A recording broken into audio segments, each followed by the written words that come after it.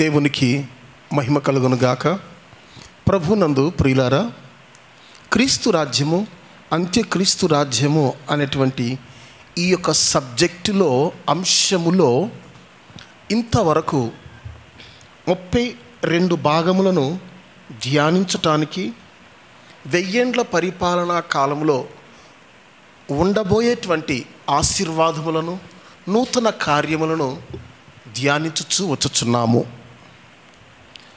ఆ విధముగా ధ్యానించుచు వస్తూ 32వ భాగంలో మనము ధ్యానించినటువంటి విషయాలు ఏమిటి అంటే, మృగముల స్వభావము మార్చబడును అని, 1000 ఏండ్ల పరిపాలనా కాలంలో ఉండేటువంటి నదులు దేవాలయము దగ్గర నుంచి బయలుదేరతాయని, తర్వాత మనం చూస్తే మనుషుల యొక్క ఆయుష్కాలము పెరుగును అని, ఆ రాజ్యములో కేవలము నీతి సమాధానములు మాత్రమే ఏలుబడి చేస్తాయని 4 అంశాలను మనం ధ్యానించాం.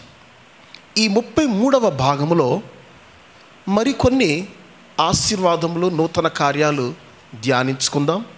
వాక్యమును ధ్యానించడానికి ముందుగా వాక్య పరిచర్య నిమిత్తము మన మధ్యలో ఉన్నటువంటి పాస్టర్ గారు ప్రార్థన చేస్తారు. కళ్ళు మూసుకుందాం. పరిశుద్ధుడా, నీ పాదాలకి స్తోత్రం చెల్లిస్తున్నా. కృప చూపించావు. ఈ విధంగా ప్రభా క్రమంగా బైబిల్ స్టడీ జరగటానికి సహాయం చేశావు. గత 32 భాగాల్లో అనేకమైన విషయాలు ఒక్కొక్కటి వివరిస్తూ వచ్చావు. ఈ 33వ భాగములో ప్రభా నీ దాసుని మరుగుపరచు, నీ దాసుని నీ కృపలో భద్రపరచు, నీ ఆత్మాభిషేకము చేత నింపు. నీవు నాతో మాతో నీవు మాట్లాడు. జీవము కలిగిన దేవుని వాక్యము మా జీవితంలో ఫలించేది అని చెప్పి అనేకుల సాక్ష్యం చెప్పాలి. నీవు మాట్లాడితే అనేకుల జీవితంలో ప్రభావ మార్పు కలుగుతుంది కనుక నీ దాసుని బలపరిచి ఒక్కొక్క విషయాన్ని ఒక్కొక్కరితో మాట్లాడండి. మీ మాట సత్యమే గనక, నీ మాట స్థిరమైంది గనక, నీ మాట ప్రభా మేము గ్రహించి ఆ వాక్యాన్ని గ్రహించి వాక్యానుసారంగా నడవటానికి సాయం చేయి. ఈ కూడికని ఆది నుంచి అంతం వరకు ఆశీర్వాదకరంగా జరిపించి, సమస్త ఆటంకాన్ని తొలగించి నీ ఆత్మకార్యాన్ని జరిపించి, ఇంతవరకు తెలియని లోతైన సత్యాలని ఒక్కొక్క విషయాన్ని బయలుపరిచి ఆ వాక్యాన్ని గ్రహించి వాక్యానుసారంగా నడవటానికి సహాయం చేయమని యేసు నామములో అడుగుచున్నాను తండ్రి. ఆమేన్. ఆమేన్. దేవునికి మహిమ కలుగును గాక. ఈ 33వ భాగములో మనము 1000 ఏండ్ల పరిపాలనలో ఉండబోతున్నటువంటి మరికొన్ని కార్యముల గురించి ధ్యానించబోతున్నాము. అవి ఏమిటి అంటే 4 లేదా 5 కార్యాలు మనం పరిశీలించుకోవచ్చు. ఒకటి, 32వ భాగంలో ఆ పరిపాలనలో ఉండేటువంటి నదుల గురించి, ఆ నదులలో విస్తారమైనటువంటి చేపలు పట్టును అని, మాంసాహారమును కూడా మామూలు శరీరులు, మహిమా శరీరులు భుజిస్తారని మనం తెలుసుకున్నాం. ఇప్పుడు ఆ 1000 ఏండ్ల పరిపాలనా కాలంలో సర్వ ప్రపంచమంతటికీ కూడా ఒకే దేవాలయము ఉండును. సర్వ ప్రపంచమంతటికి ఒకే దేవాలయము ఉండును. కారణం ఏంటంటే 1000 సంవత్సరములు కూడా ఆ రాజ్యమందంతటా ఒకే ఆరాధన లేదా ఒకే మతము అని చెప్పకూడదు, కానీ ఒకే దేవుణ్ణి ఆరాధిస్తారు. లేదా మామూలుగా అందరికీ అర్థం కావాలంటే రాజ్యమంతా కూడా ఒకే మతం ఉంటుంది. దేవునికి మహిమ కలుగును గాక. తర్వాత జనుల యొక్క ఆత్మీయ స్థితి మనం గమనించినట్లయితే పరిశుద్ధాత్మ కుమ్మరించబడద్ది. 1000 ఏండ్ల పరిపాలనా కాలంలో అన్య జనుల అందరి మీద, ఇశ్రాయేలీయుల అందరి మీద పరిశుద్ధాత్మ కుమ్మరించబడద్ది. దేవునికి మహిమ కలుగును గాక. ఇక తర్వాత మనం చూస్తే సర్వ ప్రపంచమంతా కూడా సంపూర్ణముగా యెహోవాను గూర్చినటువంటి జ్ఞానముతో నిండి ఉంటుంది. ఎవరు పరిపాలిస్తున్నారు, ఎవరు పరిపాలించబడుతున్నారు, ఎవరిని ఆరాధించాలి, ఆరాధించడానికి ఎక్కడికి వెళ్ళాలి అనేటువంటి పరిపూర్ణమైన జ్ఞానముతో ఆ కాలములో ఆ దినమున ఉన్నటువంటి ప్రజలు జ్ఞానముతో నింపబడి ఉంటారు. తర్వాత మనం గమనించినట్లయితే 1000 సంవత్సరములు నిరాటంకముగా, అనగా ఆటంకము లేకుండా 1000 సంవత్సరములు సువార్త ప్రకటించబడద్ది. సువార్త ఎందుకు సువార్త ప్రకటించబడద్ది అంటే, గొర్రెలుగా తీర్చబడినటువంటి అన్ని జనులు ఉంటారు కదా ఆ రాజ్యంలో. ఈ అన్ని జనులు పెళ్ళిళ్ళు చేసుకుంటారు, పెళ్ళిళ్ళకి ఇస్తారు. కాబట్టి వాళ్ళకి ఎవరు పుడతారు? సంతానం పుడతారు. ఇక్కడ ఒక విషయాన్ని మనం గమనించాలి. యెహోషువతో దేవుడు అంటున్నాడు, 2 రాతి కత్తులు చేయించుకొని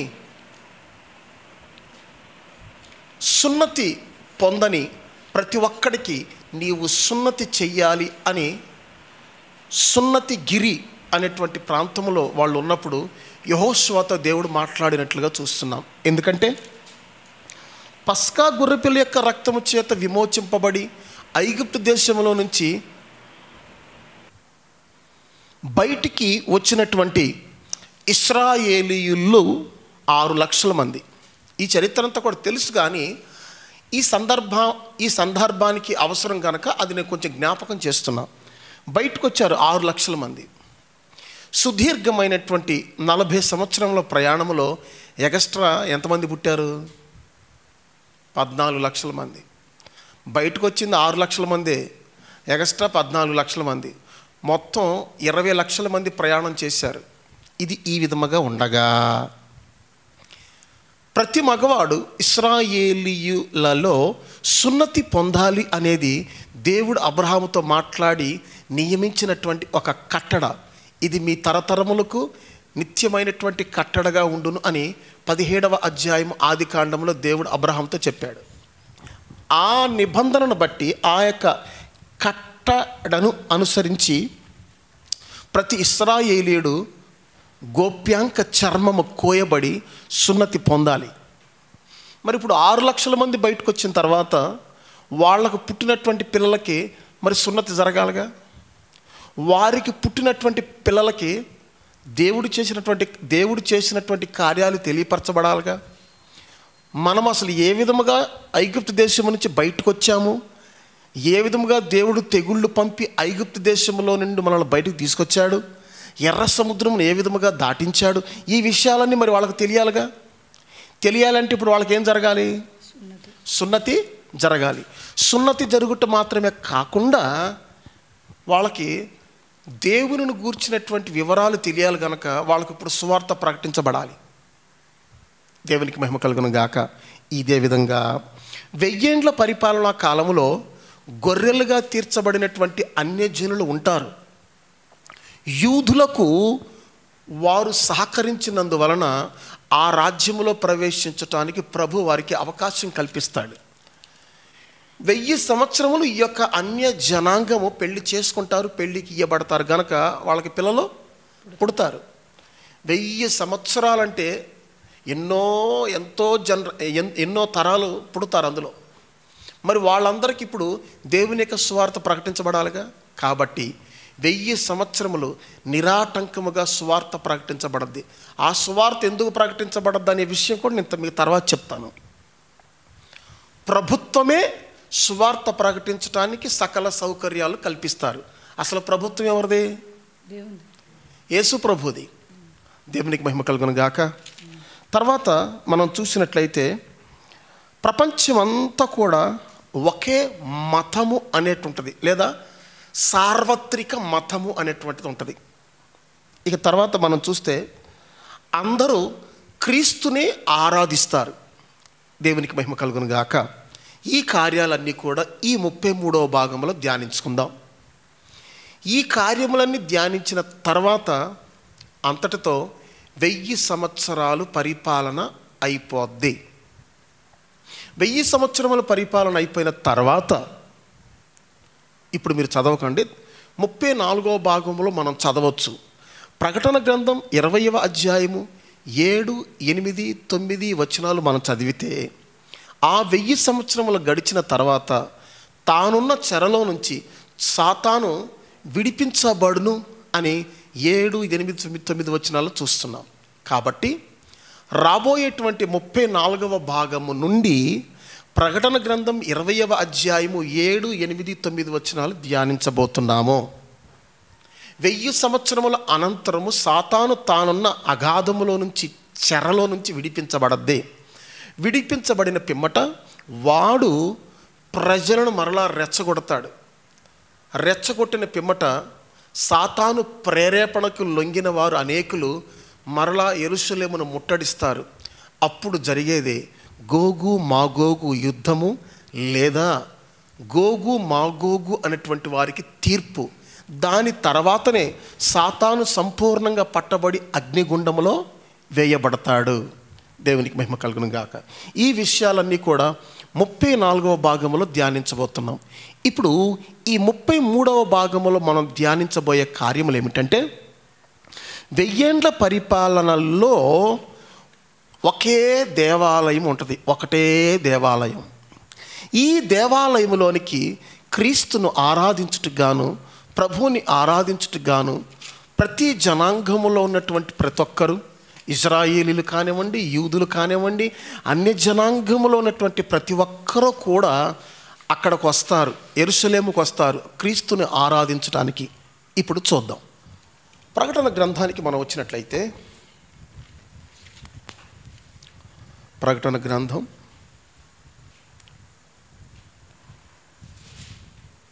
11వ అధ్యాయము, జకర్యా గ్రంథం 6వ అధ్యాయము 12వ వచనము నుండి 15వ వచనం వరకు. జకర్యా గ్రంథం 6వ అధ్యాయము 12వ వచనము నుండి 15వ వచనము వరకు. అతనితో ఇట్లనము, సైన్యములకు అధిపతియగు యెహోవా సెలవిచ్చినదేమనగా, చిగురు అను ఒకడు కలడు. చిగురు అను ఒకడు కలడు. అతడు తన స్థలములో నుండి. ఒక నిమిషం ఆగండి. చిగురు అను ఒకడు కలగడు. సాధారణంగా బైబిలు పరిచయం ఉన్న ప్రతి ఒక్కరికి తెలుసు, చిగురు అనగా ఎవరు? ప్రభు అయినటువంటి యేసు క్రీస్తు. అతడు తన స్థలములో నుండి. అతడు తన స్థలములో నుండి చిగుర్చును. అతడు యెహోవా ఆలయము కట్టును. అతడు యెహోవా ఆలయము కట్టును. అతడే యెహోవా ఆలయము కట్టును. అతడే యెహోవా ఆలయము కట్టును. అతడు ఘనత వహించుకొని సింహాసనాసీనుడై ఏలును. సింహాసనాసీనుడై అతడు యాజకత్వము చేయగా ఆ ఇద్దరికి సమాధానకరమైన యోచనలు కలుగును. ఆ కిరీటము యెహోవా ఆలయములో జ్ఞాపకార్థముగా ఉంచబడి హేలేమునకును, టోబియాకును, యోదయాకును, జఫన్యా కుమారుడైన హేనునకును ఉండును. దేవునికి మహిమ కలుగును గాక. ఇక్కడ యెహోవా ఒక ఆలయమును కట్టుచున్నాడు. ఆయనే సింహాసీనుడై ఉండి ఏలును. ఆ ఆలయములో ఆయన కిరీటముండును అని చాలా స్పష్టంగా మనం చదువుతున్నాం. నేను ఇంతకుముందు భాగాలలో చెప్పాను కొన్ని విషయాలు. ఏమని? 1000 ఏండ్ల పరిపాలన విధానమును గూర్చి, లేదా 1000 ఏండ్ల పరిపాలనలో ఉండబోయేటువంటి విషయాలను గూర్చి ముఖ్యంగా 5 ప్రవక్తలు ఒకే విషయాన్ని అనేక చోట్ల ప్రవచించుతూ వచ్చారు. 5 ప్రవక్తలు. ఎవరు చెప్పగలరా ఆ యొక్క 5 ప్రవక్తలు? జకర్యా, యెషయా, మీకా, దానియేలు, దావీదు. ఈ 5 ప్రవక్తలు కూడా వారి గ్రంథాలలో పరిశుద్ధాత్మ చేత ప్రేరేపించబడిన వారే ఒకే విషయాన్ని వారి వారి గ్రంథాల్లో రాశారు. ఎటువంటి వ్యత్యాసం లేదు. అంటే దాని అర్థం ఈ 5 ప్రవక్తలు కూడా ఒకే విషయాన్ని వారి వారి గ్రంథాల్లో రాశారు. అంటే దాని అర్థం అదంతా కూడా జరగబోతున్నటువంటి 1000 ఏండ్ల పరిపాలనను గూర్చి దేవుని ఆత్మ వారికి బయలుపరిచాడు. బయలుపరిచినందువల్ల వారు రాయగలిగారు. వారు రాసినటువంటి ఆ విషయాలు 1000 ఏండ్ల పరిపాలన గూర్చే అని గ్యారెంటీ ఏంటి అని మీకు ఒక సందేహం రావచ్చు. మరి దావీదు ఇంచుమించు క్రీస్తు ఈ లోకములో పుట్టడానికి ముందు 760 సంవత్సరాలకు ముందే ఒక మాట రాశాడు. నీ పరిశుద్ధుణ్ణి కుళ్ళు పట్టనియ్యవని, గోతిని చూడనియ్యవని, ఎలయనగా నా ఆత్మను నీవు పాతాళంలో విడిచిపెట్టవు అని యేసు ప్రభు గురించి రాశాడుగా. మరి అది ఎట్లా రాశాడు? అదే ఆ 16వ కీర్తన 9వ వచనం 10వ వచనంలో ఉన్నటువంటి ఆ మాటలు ఎవరి గురించి? యేసు ప్రభు శరీరం గురించి. కానీ ప్రవచించిన వ్యక్తి కుళ్ళు పట్టాడు. కానీ ఎవరి గురించి ప్రవచించాడో ఆ వ్యక్తి మాత్రం కుళ్ళు పట్టలేదు. ప్రవచించిన వ్యక్తి దావీదు, అతడు కుళ్ళిపోయాడు. ఎవరి గురించి ప్రవచించాడు? యేసు ప్రభు గురించి. ఆయనకేం పట్టలేదు? కుళ్ళు పట్టలేదు. కాబట్టి పురాతన కాలము నుండి ఆయన ప్రకటించబడుచు వచ్చుచున్నాడనే లేఖనాల్లో మనం తెలుసుకున్నాం కదా. పురాతన కాలము నుండి శాశ్వత కాలం వరకు ఆయన రాజ్యము ఉండును అనే లేఖనాల్లో మనం చదివాం కదా.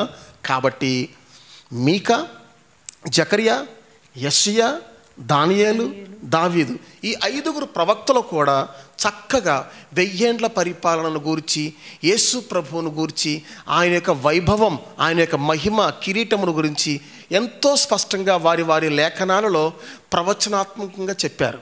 కాబట్టి 1000 ఏండ్ల పరిపాలన కాలంలో ఉండబోయే దేవాలయము గురించి జకర్యా రాస్తున్నాడు.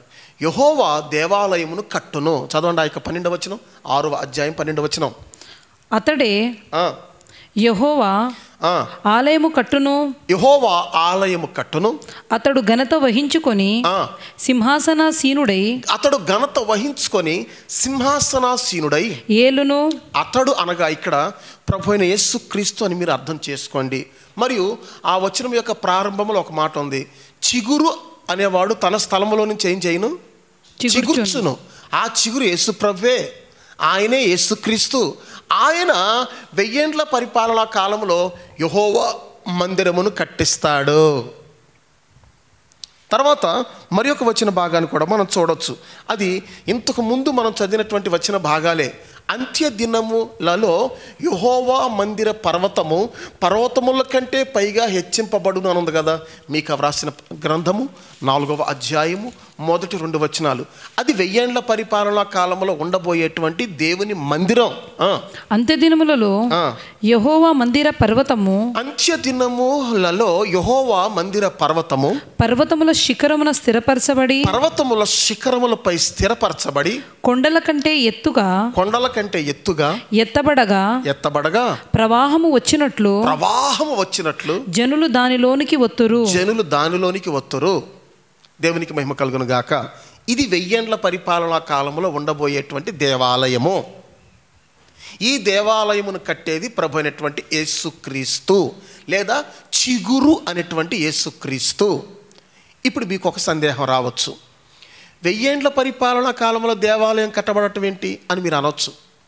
అదేగా నేను చెప్తున్నాను. మొట్టమొదటిగా ఆరాధన ఎందులో జరిగింది? ఇశ్రాయేలీలు ఎక్కడ ఆరాధించారు? ప్రత్యక్షపు గుడారములో. ప్రత్యక్షపు గుడారం తర్వాత సొలొమోను కాలంలో ఏం కట్టబడింది? మందిరం కట్టబడింది. ఆ మందిరం పాడైపోయింది. మరలా తర్వాత జకర్యా కాలంలో, జెరుబ్బాబేలు కాలంలో మరి ఒక మందిరం కట్టబడింది, అది పాడు చేయబడింది. ఆ తర్వాత హేరోదు కాలంలో 46 సంవత్సరాల మందిరం కట్టబడింది, అది పాడైపోయింది. ఆ తర్వాత అంటున్నాడు యేసు ప్రభు, నా దేహమే దేవాలయం అంటున్నాడు. ఆ దేహాన్ని కూడా చంపేసి సమాధి చేశారు. ఆ దేవాలయం పైకి లేచింది, పరలోకానికి వెళ్ళిపోయింది. మరి ఇప్పుడు దేవాలయం కావాలిగా. పరిశుద్ధాత్మ దిగివచ్చి సంఘాన్ని స్థాపించాడు. ఇప్పుడు జరుగుతున్నటువంటి సంఘమే దేవాలయం. ఈ సంఘం మధ్యాకాశానికి ఎత్తబడినప్పుడు మరి ఇక్కడ దేవాలయం ఉండదుగా. దేవాలయం ఉండదు కనుకనే సైతాను అరాచకం ఎక్కువైపోయి క్రూర మృగం వచ్చేసి 7 సంవత్సరాలు ఏం చేస్తాడు? ఎటువంటి పరిపాలన? క్రూరమైన పరిపాలన. ఎందుకంటే 7 ఏండ్ల శ్రమల కాలంలో అసలు భూమి మీద దేవాలయమే ఉండదు, ప్రార్థన అనేదే ఉండదు, ప్రార్థన అసలు జరగకూడదు. కారణం ఏంటి? దేవాలయం ఎక్కడికి వెళ్ళిపోయింది? పైకి వెళ్ళిపోయింది. విశ్వాస దేహమే దేవాలయము, సంఘమే దేవాలయము, యేసుప్రభు దేహమే దేవాలయము, సొలొమోను కట్టినటువంటి దేవాలయము, ప్రత్యక్ష గుడారము దేవాలయము. ఈ యొక్క దేవాలయాలన్నీ పోయినాయి. మరి ప్రజలు ప్రభువును ఆరాధించాలంటే ఏం కావాలి? దేవాలయం కావాలిగా. కాబట్టి ఇప్పుడు 1000 ఏండ్ల పరిపాలనలో ప్రపంచ ప్రజలందరూ కూడా యెరూషలేముకు వచ్చి ఆరాధించడానికి యేసుక్రీస్తు ఒక దేవాలయమును కడతాడు. దేవునికి మహిమ కలుగును గాక. ఇది ఈ విధముగా ఉండగా మరి ఒక విషయం చెప్తున్నాను. 1000 సంవత్సరముల కాలంలో ఉండేటువంటి దేవాలయం కాకుండా నూతన యెరూషలేములో ఇక దేవాలయం ఉండదు. కారణం ఏంటి? ఆయనే దానికి దేవాలయము, గొర్రె పిల్లయే దానికి దేవాలయము. ఇంకా అక్కడ దేవాలయం అవసరంలా. అదే నేను చెప్పా ఒక భాగంలో, స్లాబ్ నిలబడేంత వరకే కర్రలు కావాలి. స్లాబ్ నిలబడిన తర్వాత కర్రలతో పని ఏమైనా ఉంటుందా? అంటే అర్థం ఏంటి? శాశ్వత రాజ్యంలో ప్రవేశించేంత వరకే ఈ దేవాలయాలు కావాలి. ఏ దేవాలయాలు? ఇశ్రాయేలీలు ఆరాధించిన ప్రత్యక్ష గుడారం, సొలొమోను మందిరం, జెరుబ్బాబేలు మందిరం, హేరోదు రాజు కట్టిన మందిరం, యేసుప్రభు దేవాలయం 33.5 సంవత్సరాలు ఇక్కడ ఉంది. ఆ తర్వాత పరిశుద్ధాత్మ దిగి వచ్చి సంఘాన్ని కట్టింది, అదొక దేవాలయం. విశ్వాస దేహమే దేవాలయం. ఈ దేవాలయాలన్నీ ఎప్పటి వరకు? శాశ్వత రాజ్యంలో ప్రవేశించేంత వరకు ఈ యొక్క దేవాలయాలన్నీ కావాలి. ఆ రాజ్యంలో ప్రవేశించిన తర్వాత స్లాబ్ గట్టిగా నిలబడిపోయిన తర్వాత ఇక కర్రలతో పని లేదు. కాబట్టి ఇప్పుడు 1000 ఏండ్ల పరిపాలన కాలంలో ఒకే దేవాలయం ఉంటుంది. అది చిగురు అనేటువంటి యేసు ప్రభు చేత నిర్మించబడద్ది.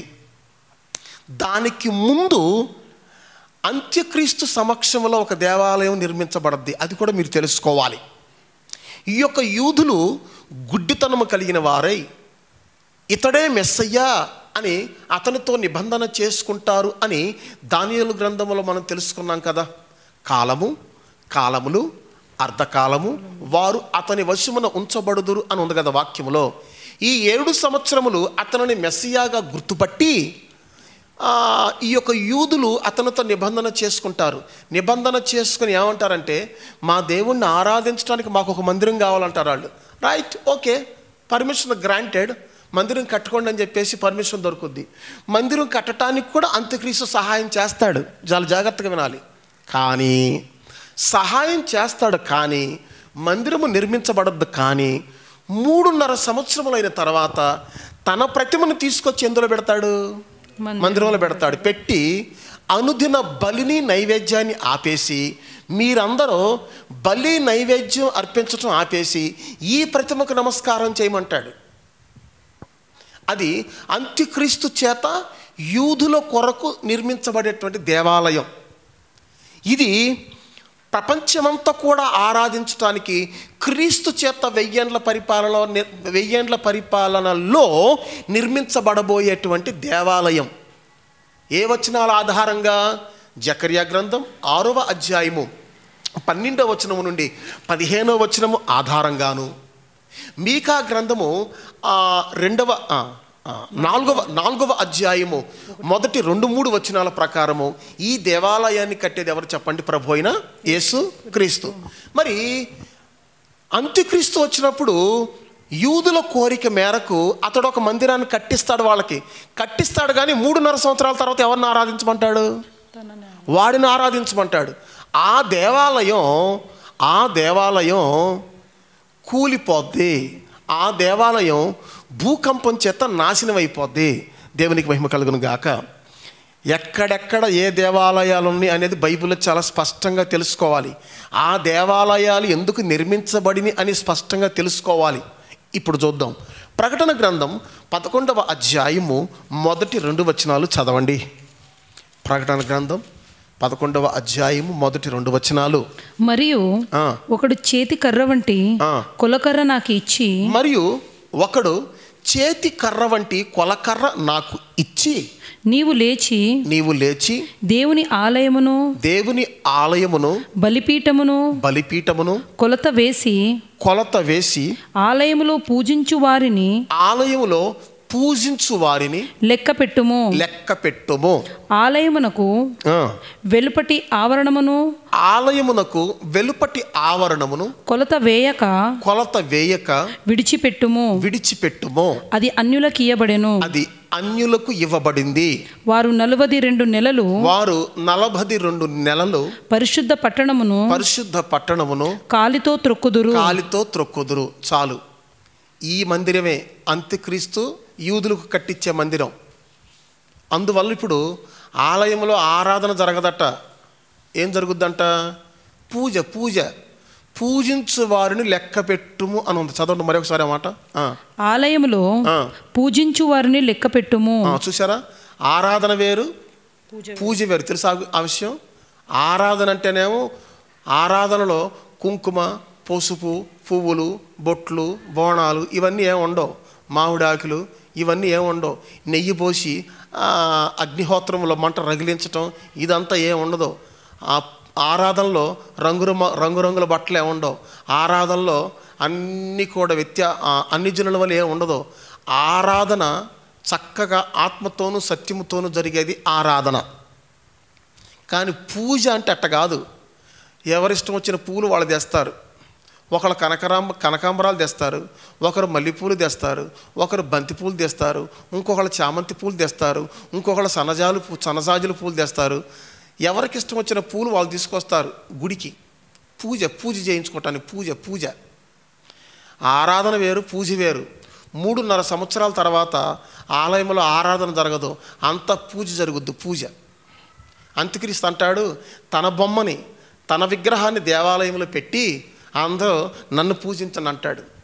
యూదులు దేనికైనా ఒప్పుకుంటారు, కానీ యూదులకు హేయమైనది ఏంటో తెలుసా? విగ్రహం. అందువల్ల దానియేలు ప్రవక్త చేత ప్రవచింపబడినటువంటి హేయమైన వస్తువు దేవాలయంలో ప్రతిష్ఠించుట, దేవాలయంలో పెట్టబడట మీరు చూడగానే చదువువాడు గ్రహించునుగాక అని మత్తయి సువార్త 24వ అధ్యాయంలో లేదా? హేయమైన వస్తువు అంటే ఏంటి తెలుసా మీకు? విగ్రహమే యూదులకు హేయమైన వస్తువు.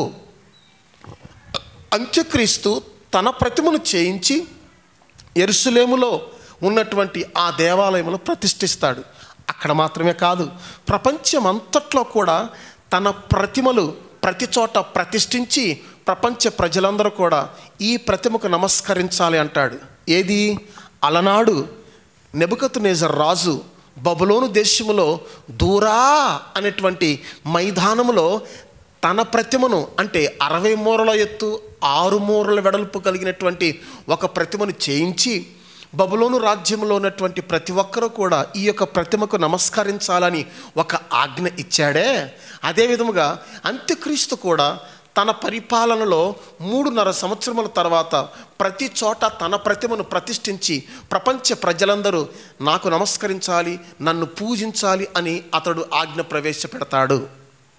అప్పుడు యూదులు గ్రహిస్తారు. కారణం, యూదులకి హేయమైన వస్తువేంటి? విగ్రహం. వాళ్ళు దేనైనా ఒప్పుకుంటారు, విగ్రహాన్ని మాత్రం ఒప్పుకోరు. దేవునికి మహిమ కలుగును గాక. ఈ విధముగా ప్రకటన గ్రంథం 11వ అధ్యాయంలో ఉన్నటువంటి ఆలయం అంత్యక్రీస్తు వాళ్ళకు కట్టించేది.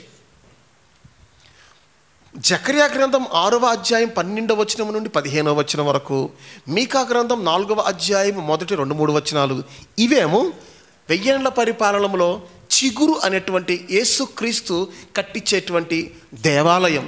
ఈ దేవాలయంలో అన్ని జనులతో సహా, యాకోబు వంశస్థులతో సహా ప్రతి ఒక్కరూ ఆయనను ఆరాధించడానికి యెరూషలేముకు వస్తారు. అక్కడ పూజించటానికి అని లేదు, ఆరాధించటానికి యెరూషలేముకు వస్తారని ఉంది. దేవునికి మహిమ కలుగును గాక. మరి ఇప్పుడు ఈ ప్రకటన గ్రంథం 11వ అధ్యాయంలో ఉన్నటువంటి ఈ దేవాలయం ఏమైపోద్ది? భూకంపం వచ్చి నాశనం అయిపోద్ది. 11వ అధ్యాయము 13వ వచనం చదవండి. ప్రకటన గ్రంథం 11వ అధ్యాయము 13వ వచనం. ఆ గడియలోనే గొప్ప భూకంపము కలిగినందున ఆ పట్టణములో 10వ భాగము కూలిపోయెను. ఆ భూకంపము వలన 7,000 మంది చచ్చిరి. 7,000 మంది చచ్చారట. అంటే ప్రభురాకడ తర్వాత ఒక భూకంపం వస్తుంది. ఆ భూకంపంలో ఏకంగా 7,000 మంది చస్తారు. మిగిలిన వారు భయక్రాంతులై పరలోకపు దేవుని మహిమపరిచారంట. దీని తర్వాత ఇంకొక భూకంపం వస్తుంది. ఇదేమో మొదటి 3.5 సంవత్సరముల శ్రమల కాలంలో దేవాలయం కూలిపోవటానికి వచ్చే భూకంపం. ఇంకొక భూకంపం ఉంది. అదేమో 2వ 3.5 సంవత్సరముల మహాశ్రమల కాలం ఉందే, అప్పుడు వచ్చేటువంటి భూకంపం. అప్పుడు ప్రసిద్ధమైనటువంటి పట్టణం 3 భాగాలు అయిపోద్దంట. దేవునికి మహిమ కలుగును గాక. చాలా జాగ్రత్తగా గమనించాలి. అంతటా మొదటి శ్రమ గతించెను, ఇదిగో 2వ శ్రమ రాబోతున్నది అని ఉంది. ఎన్నో వచనంలో? 14 వచనం చదవండి. 2వ శ్రమ గ్రతించెను కాదు, మొదటి శ్రమ గ్రతించెను కాదా? సరే చదవండి చూద్దాం. 2వ శ్రమ గతించెను. 2వ శ్రమ గతించెను, ఇదిగో 3వ శ్రమ త్వరగా వచ్చుచున్నది. కరెక్టే. 2వ శ్రమ గతించెను, ఇప్పుడు రాబోతుంది ఏ శ్రమ? 3వ శ్రమ. దేవునికి మహిమ కలుగును గాక. మొత్తం 21 రకాల తీర్పులు, 7 ముద్రల తీర్పులు, 7 బోరల తీర్పులు, 7 పాత్రల తీర్పులు. ఇప్పుడు ఇక 16వ అధ్యాయానికి వచ్చేటప్పటికి ప్రారంభమయ్యేది 7 పాత్రల తీర్పులు. చాలా జాగ్రత్తగా గమనించాలి. ప్రకటన గ్రంథం 6వ అధ్యాయం నుండి 8వ అధ్యాయం వరకు 7 ముద్రల తీర్పులు. 11వ అధ్యాయములో మనం చూస్తే ఇంచుమించు ఆ యొక్క 15వ అధ్యాయము చివరి నుంచి మనం చూస్తే 7 బోరల తీర్పులు స్టార్ట్ అవుతున్నాయి. ఇక 16వ అధ్యాయానికి మనం వస్తే 7 పాత్రల తీర్పులు స్టార్ట్ అవుతున్నాయి. ఈ 16వ అధ్యాయం 18వ వచనంలో అక్కడ ఒక భూకంపం వచ్చింది. చదవండి. 16వ అధ్యాయం 18వ వచనం. అప్పుడు మెరుపులను ధ్వనులను ఉరుములను పుట్టెను. ఎప్పుడు? 7వ పాత్ర కుమ్మరించబడినప్పుడేనా? చదవండి చూద్దాం. 7వ దూత తన పాత్రను వాయుమండలం మీద కుమ్మరింపగా సమాప్తమైనదని చెప్పుచున్న ఒక గొప్ప స్వరము, చెప్పుతున్నటువంటి ఒక గొప్ప స్వరము గర్భాలయములో ఉన్న సింహాసనము నుండి వచ్చెను. అప్పుడు మెరుపులను ధ్వనులను ఉరుములను పుట్టెను. పెద్ద భూకంపం కలిగింది. మనుషులు భూమి మీద పుట్టినది మొదలుకొని అట్టి మహాభూకంపము కలగలేదు. అంటే అది ప్రపంచ చరిత్రలో ఇక అదే లాస్ట్ భూకంపం.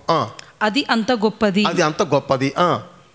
ప్రసిద్ధమైన మహాపట్టణము 3 భాగములాయెను. ప్రసిద్ధమైనటువంటి మహాపట్టణం ఆ యొక్క భూకంపం వల్ల 3 భాగాలు అయిపోయిందంట. అన్యజనులు పట్టణములు కూలిపోయెను. అన్ని జనుల యొక్క పట్టణాలు కూలిపోయినాయి. తన తీక్షణమైన ఉగ్రతయను మధ్యము గల పాత్రను మహాబబులోనికి ఇయ్యవలెనని దానిని దేవుని సముఖమందు జ్ఞాపకము చేసిరి. దేవునికి మహిమ కలుగును గాక. చూసారా? ఈ ప్రకటన గ్రంథం 11వ అధ్యాయములో 13వ వచనములో ఒక భూకంపం వచ్చింది. ఆ భూకంపం వలన అంత్యక్రీస్తు యూదులకు కట్టించినటువంటి దేవాలయం ఏమైపోద్ది? కూలిపోద్ది. కారణం, ఆ దేవాలయంలో 3.5 సంవత్సరాలు ఏం జరిగింది? పూజ లేదా బలి నైవేద్యం జరిగింది. 3.5 సంవత్సరాల తర్వాత వాడు అనుదిన బలిని నైవేద్యాన్ని ఏం చేస్తాడు? ఆపేస్తాడు. ఆపేసి ఏం జరిగించమంటాడు? పూజ జరిగించండి. బలి వద్దు, నైవేద్యం వద్దు, ఆరాధన వద్దు, పూజ చేయండి. ఇక్కడ మీకు ఒక విషయం ఆలోచించాలి, వినే ప్రతి ఒక్కరు కూడా గ్రహించాలి. ఏంటో చెప్పనా? పూజ అంటే వేరు, ఆరాధన అంటే వేరు. ఆరాధన అంటే సజీవుడైనటువంటి దేవునికి చేసేది ఆరాధన. పూజ అంటే విగ్రహానికి చేసేది. చల్లే పువ్వులు ఎప్పుడు ఫ్రెష్గానే ఉంటాయా? చల్లుతున్నటువంటి పూలు కొద్దిసేపటికి ఏమైపోతాయి? వాడిపోతాయి. దాన్నే పూజ అంటారు. మరి ఆరాధన అంటే ఏంటి? ఎప్పటికీ జరుగుతుండేదే ఆరాధన. సజీవమైనటువంటి దేవుణ్ణి స్తుతి చెల్లించటమే ఆరాధన. అందుకని ఆ యొక్క సమరయ స్థితితో ప్రభు అంటున్నాడు, అమ్మ ఒక కాలం వచ్చుచున్నది, ఆ కాలమందు ఆ కొండ మీద ఈ కొండ మీద ఆ పర్వతం మీద ఇక్కడ అక్కడ కాదు, ఆయనను ఆరాధించువారు ఆత్మతోనూ సత్యముతోనూ ఆరాధించెదరు. ఒక కాలం వస్తున్నది, ఆ కాలమే 1000 ఏండ్ల పరిపాలన. దేవునికి మహిమ కలుగును గాక. సో ఈ విధంగా మనం ధ్యానించినట్లయితే 11వ అధ్యాయములో ఉన్నటువంటి దేవాలయము భూకంపం వల్ల ఏమైపోద్ది? కూలిపోద్ది. మరి ఇప్పుడు జకర్యా గ్రంథంలో మనం మీకా గ్రంథంలో చదువుతున్నటువంటి చిగురు అనేటువంటి అతను కట్టించేటువంటి దేవాలయం ఏది? ఆ దేవాలయం ఎక్కడిది అంటే 1000 ఏండ్ల పరిపాలనలో కట్టబోయేటువంటి దేవాలయం. ఇది యెహోవా మందిర పర్వతము అని పిలువబడుతుంది. దేవునికి మహిమ కలుగును గాక. కాబట్టి 1000 ఏండ్ల పరిపాలనంతట్లో కూడా ఇప్పుడు మనం ప్రపంచంలో చూస్తున్న పిచ్చి పిచ్చి దేవాలయాలు, పూజించేటువంటి దేవాలయాలు ఉండవు. అక్కడ ఒకే ఒక దేవాలయం ఉంటుంది అంతే. ప్రపంచం అంతటికి ఒకటే దేవాలయం. దేవునికి మహిమ కలుగును గాక. ఇక నెక్స్ట్ మరి ఒక విషయాన్ని మనం చూద్దాం. అదేమిటి అంటే జనుల యొక్క ఆత్మీయ స్థితి ఎలాగుంటుందంటే పరిశుద్ధాత్మ చక్కగా కుమ్మరించబడద్ది. ఇదేంటి 1000 ఏండ్ల పరిపాలన కాలంలో కూడా పరిశుద్ధాత్మ కుమ్మరించబడద్దా అని మీరు అనొచ్చు. అవును, దేవుని యొక్క ఆత్మ ప్రతి కాలంలో కూడా పనిచేస్తూనే వస్తుంది. కేవలం 7 సంవత్సరాలు మాత్రమే పరిశుద్ధాత్మ భూమి మీద నుంచి తీసివేయబడతాడు. ఇప్పటి వరకు సంఘమును సిద్ధపరిచి ప్రభురాకడలో పరిశుద్ధాత్మ సంఘాన్ని పైకి తీసుకుని వెళ్ళిపోతాడు. పైకి తీసుకెళ్ళిపోయిన తర్వాత మరలా 1000 ఏండ్ల పరిపాలన కాలంలో ఈ పరిశుద్ధాత్మ కుమ్మరించబడతాడు. పాత నిబంధన కాలంలో భక్తుల మీదకి పరిశుద్ధాత్మ వచ్చేది, పని జరిగించేది, మరలా వెళ్ళిపోయేది. కొత్త నిబంధన కాలంలో ఎప్పుడు కూడా పరిశుద్ధాత్మ మన హృదయంలోనే ఉంటున్నాడు. కొత్త నిబంధన కాలంలో 1000 సంవత్సరాలు ఏకంగా రాజ్యమంతా కూడా కుమ్మరించబడతాడు. దేవునికి మహిమ కలుగును గాక. ఇప్పుడు దానికి సంబంధించినటువంటి కొన్ని వచనాలు మనం చూద్దాం. అసలు ఎందుకు పరిశుద్ధాత్మ కుమ్మరించబడద్ది అంటే మహిమా శరీరులతో పాటు ఏ శరీరులు ఉంటారు? మామూలు శరీరులు కూడా ఉంటారు. ఈ మామూలు శరీరులకు అసలు ఎవరికి పరిశుద్ధాత్మ ఉండదు. అందువల్ల ఏం కుమ్మరించబడాలి? పరిశుద్ధాత్మ కుమ్మరించబడాలి. ఎందుకు కుమ్మరించబడాలి చెప్పనా? మామూలు శరీరులతో పాటు మహిమా శరీరులతో పాటు మామూలు శరీరులు కూడా ఉంటారు. ఎవరి యొక్క మామూలు శరీరులు అంటే ముఖ్యంగా 3 జనాంగాలు: ఇజ్రాయేలీలు, యూదులు ప్లస్ అన్య జనాంగం. వీళ్ళు 3 ఉంటారు. మరి వీళ్ళు 3కి పరిశుద్ధాత్మ లేదుగా, మరి కావాలి ఇప్పుడు. అసలు ఇంతవరకు ఇజ్రాయేలులకు యూదులకు పరిశుద్ధాత్మ ఉందా? లేదు. వాళ్ళు ముసుగులో ఉన్నారు, ముసుగులో. అందుకనే పౌలు అంటున్నాడు వాళ్ళు ఇంకా ముసుగులో ఉన్నారు, ఆ ముసుగు వాళ్ళకి ఇంకా తొలగించబడలే. వాళ్ళు ముసుగులో ఉన్నారు కనుక ఆ రక్షణ, ఆ పరిశుద్ధాత్మ, ఆ యొక్క ఆత్మీయత, ఆనందం మన దగ్గరకు వచ్చింది. వాళ్ళకి ఎప్పుడైతే ముసుగు తీసివేయబడద్దో అప్పుడు వాళ్ళకి సమస్తం తేటగా చూస్తారు. చూసినంత మాత్రాన వాళ్ళు సంపూర్ణంగా మార్చబడలేరు. కాబట్టి 1000 ఏండ్ల పరిపాలన కాలంలో ఇజ్రాయేలీలకు అన్ని జనులకు పరిశుద్ధాత్మ కావాలి, కుమ్మరింపు కావాలి. దేవునికి మహిమ కలుగును గాక. ఇప్పుడు చూద్దాం. అదే యెషయా గ్రంథానికి మనం వచ్చినట్లయితే 44వ అధ్యాయము 3వ వచనం చదవండి. యెషయా గ్రంథం 44వ అధ్యాయము 3వ వచనం. నేను దప్పిక గలవాని మీద నీళ్లను ఎండిన భూమి మీద ప్రవాహ జలములను కుమ్మరించెదను. నీ సంతతి మీద నా ఆత్మను కుమ్మరించెదను. నీకు పుట్టిన వారిని నేను ఆశీర్వదించెదను. ఏమంటున్నాడు? నీ సంతతి మీద నా ఆత్మను ఏం చేస్తాను? కుమ్మరిస్తాను. ఈ ఆత్మ కుమ్మరింపు ప్రతి కాలంలో కూడా జరుగుతుంది. ఇప్పుడే కాదు, రాబోయేటువంటి 1000 ఏండ్ల పరిపాలన మాత్రమే కాదు, ఆత్మ కుమ్మరింపు ప్రతి కాలంలో కూడా జరుగుతుంది. ఇప్పుడు ఈ రోజుల్లో కూడా జరుగుతుంది. మన మీద కుమ్మరించబడలేదా? మన యొక్క పిల్లల మీద కుమ్మరించబడతలేదా? మన యొక్క మనవాళ్ళ మీద కుమ్మరించబడతలేదా? తరతరాల మీద కూడా దేవుని యొక్క ఆత్మ కుమ్మరించబడుతుంది. ఎందుకంటే ఆత్మ లేనివాడు నావాడు కాదు. ఆత్మ ఎక్కడ ఉండునో అక్కడ స్వాతంత్ర్యము ఉండును. కాబట్టి ఇప్పుడు సమస్తానికి ఆధారం ఏంటంటే ఆత్మ. ఆత్మ లేనివాడు ఆయన వాడు కాదు. కాబట్టి 1000 ఏండ్ల పరిపాలనా కాలంలో ఎవరైతే మామూలు శరీరులు ఉంటారో వాళ్ళు చక్కటి ఆత్మీయ జ్ఞానంతో నింపబడి ఉండుటకు గాను వారి అందరి మీద ఏం కుమ్మరించబడద్ది? ఇదే విషయాన్ని యోవేలు కూడా ప్రవక్త కూడా ప్రవచిస్తున్నాడు. ఏమని? అంత్య దినములలో సర్వ శరీరుల మీద నా యొక్క ఆత్మను కుమ్మరించేదను. మీ యొక్క యవనస్తులు వృద్ధులు దర్శనాలు చూస్తారు, కలలో కంటారు. చదవండి ఆ యొక్క మాట. యోవేలు గ్రంథం 2వ అధ్యాయము 28వ వచనం 29వ వచనం చదవండి. యోవేలు గ్రంథం 2వ అధ్యాయము 28వ వచనం 29వ వచనం. తరువాత నేను సర్వజనుల మీద నా ఆత్మను కుమ్మరింతును. తర్వాత నేను సర్వజనుల మీద నా ఆత్మను కుమ్మరించేదను. మీ కుమారులను. సర్వజనులు అంటే అర్థం ఏంటి? సర్వజనులు అంటే అర్థం ఏంటి? అందరూ. అందరూ అంటే ఎవరు? ఇంతకుముందు నేను చెప్పాను, దానియేలు గ్రంథం 2వ అధ్యాయము 44వ వచనంలో సకల జాతుల వారు, సకల రాష్ట్రముల వారు, ఆయా భాషలు మాట్లాడేవారు, వీళ్ళందరి మీద నా ఆత్మను కుమ్మరిస్తానంటున్నాడు. మీ కుమారులను. మీ కుమారులను. మీ కుమార్తెలను. మీ కుమార్తెలను ప్రవచనములు చెప్పుదురు. ప్రవచనాలు చెప్తారంట. మీ ముసలివారు. మీ ముసలివారు కలలు కందురు. కలల కందురు. మీ యవనులు. మీ యవనులు దర్శనములు చూతురు. మరి ప్రార్థనలు ఇవన్నీ ఉండాలిగా. ప్రార్థనలు ఏముండాలి? దర్శనాలు ఉండాలి, కళలు ఉండాలి, ప్రవచనాలు ఉండాలి. మరి 1000 ఏండ్ల పరిపాలన కాలంలో దేవాలయం ఉంటుందిగా. దేవాలయంలో ఏం జరుగుద్ది? ఆరాధన జరుగుద్దిగా. ఆరాధనలో ఏముండాలి? మరి ప్రవచనాలు ఉండాలిగా. ఆరాధనలో ప్రార్థన ఉండాలి, ప్రవచనాలు ఉండాలి, దర్శనాలు ఉండాలిగా. మరి వృద్ధులకి కళలు రావాలిగా. మరి ఇవన్నీ లేకపోతే మరి ఆరాధన ఎట్ట అవుద్ది? ఇవన్నీ లేకపోతే సంఘం ఎట్ట అవుద్ది? అందువల్లే పరిశుద్ధుడైన పౌలు అంటున్నాడు, అన్నిటికంటే ముఖ్యంగా ప్రవచన వరమును ఆసక్తితో ఆపేక్షించుడి. 1000 ఏండ్ల పరిపాలన కాలంలో అబద్ధ ప్రవచనాలే ఉండవు. కారణం ఏంటి? ఆ సంఘానికి కాపరెవరో? ప్రభు అయిన యేసుక్రీస్తు. మరి ఈ రోజుల్లో చాలా సంఘాలు అబద్ధ ప్రవక్తలు ఉన్నాయి, అబద్ధ ప్రవక్తలు ఉన్నారు. చూచిన దాన్ని బట్టి విని దాన్ని బట్టి ప్రవచనాలు చెప్తారు. మీ ఇర్మియా గ్రంథం అంతా కూడా ఎవరి గురించి ఉంది? అబద్ధ ప్రవక్తలు. నిజమైన ప్రవక్త ఇర్మియా మాత్రమే. ఆయన ఎక్కడ వేశారు? గోతులో వేశారు. అబద్ధ ప్రవక్తలు అంతా ఎక్కడున్నారు? బయట ఉన్నారు. కానీ 1000 ఏండ్ల పరిపాలనా కాలంలో అట్ట కాదు. అబద్ధ ప్రవక్తలు ఉండరు, అబద్ధపు కళలు చూసేవాళ్ళు ఉండరు, అబద్ధపు దర్శనాలు చూసేవాళ్ళు ఉండరు. చక్కటి ఆరాధన, చక్కటి ప్రవచనాలు, చక్కటి దర్శనాలు. ఈ ప్రవచనాలు, ఈ దర్శనాలు, ఈ యొక్క కళలు ఆ యొక్క రాజ్యంలో ఉన్నటువంటి వారిని ఏ రాజ్యానికి సిద్ధపరచడానికి?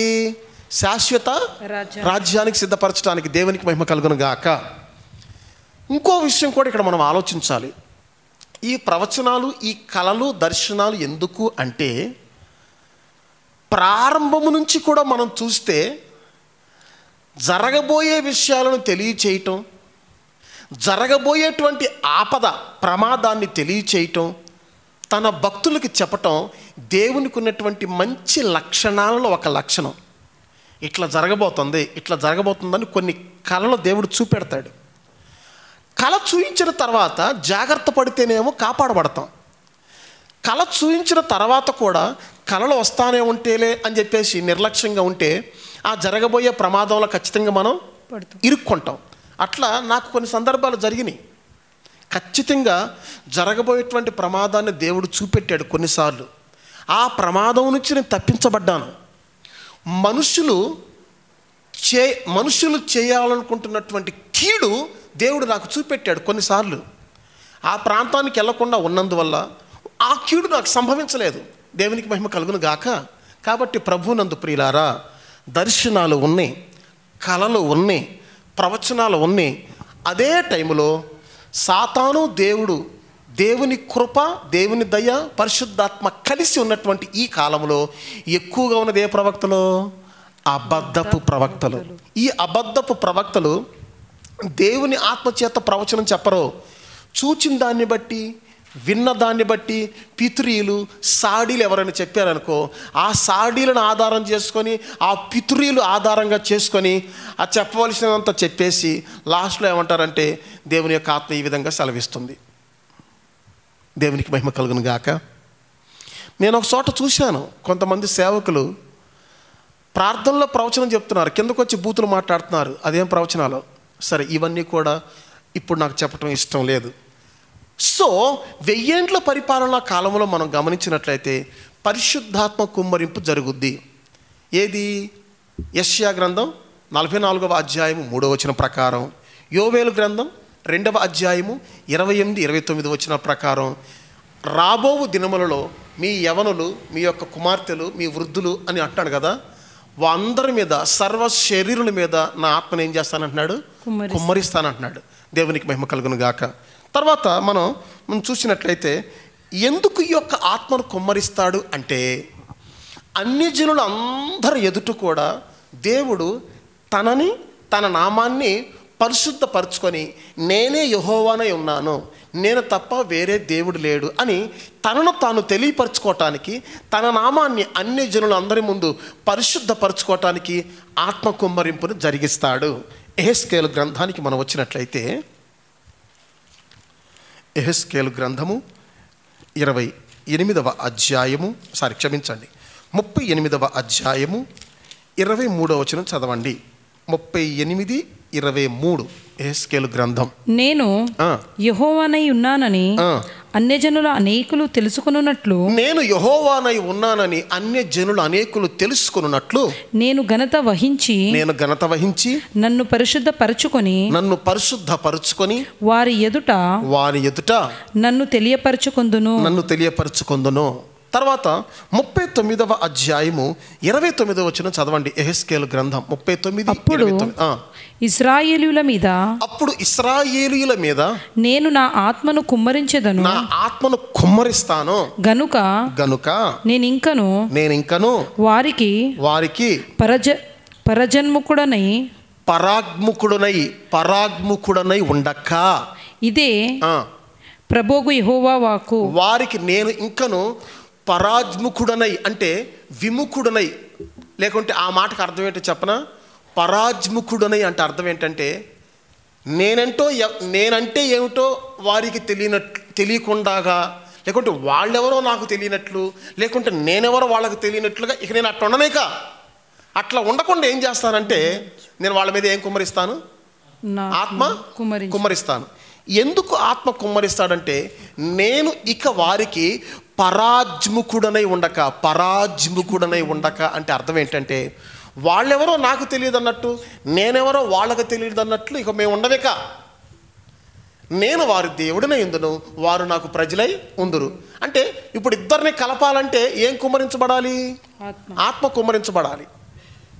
ఐక్యత అనుగ్రహించేది ఏంటి? ఆత్మ. దేవునికి మహిమ కలుగును గాక. వేసవి కాలం వచ్చినప్పుడు పొలాల్లో ఉన్నటువంటి మట్టి బాగా ఎండిపోయి గెడ్డలకి ఏమైపోద్ది? చీలిపోద్ది, విడిపోద్ది. అసలు ఒక్కొక్కసారి మనం నడుస్తుంటే మన కాలు కూడా ఆ యొక్క నెరల్లో దిగిపోద్ది. మరి ఆ గడ్డలు మరలు ఎప్పుడు కలుస్తాయి? అది జూన్ మొదటి వారంలో తొలకరి వర్షం కురుస్తుంది కదా, ఆ వర్షం కురిసినప్పుడు మట్టి గడ్డలను ఏమవుతాయి? కలిసిపోతాయి. ఇదే విధంగా ఇంతవరకు ఆయన జనాంగము ఆయన కలుసుకోలే. ఎందుకు కలుసుకోలేదు? 2000 సంవత్సరాల కిందట వీని యొక్క రక్త అపరాధము మా మీదను మా యొక్క పిల్లల మీదను ఉండునని శాపాన్ని కొని తెచ్చుకున్నారే. ఇంతకాలమైన తర్వాత ఆ శాపం తొలగిపోయి మరలా ఇప్పుడు ఆయన ప్రజలు ఆయన కలుసుకుంటారు. దేని ద్వారా జరుగుద్ది ఇది? ఆత్మ ద్వారా.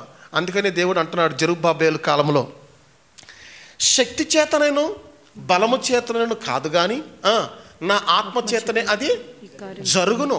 దేవునికి మహిమ కలుగును గాక. కాబట్టి నేను ఇకను వారికి పరాజ్ముఖుడునై ఉండక, మేమంతా కూడా ఒకటే అని అన్ని జనులందరూ తెలుసుకున్న నిమిత్తము, నన్ను నేను పరిశుద్ధపరుచుకున్న నిమిత్తము ఇశ్రాయేలీల మీద నా ఆత్మను ఏం చేస్తానంటున్నాడు?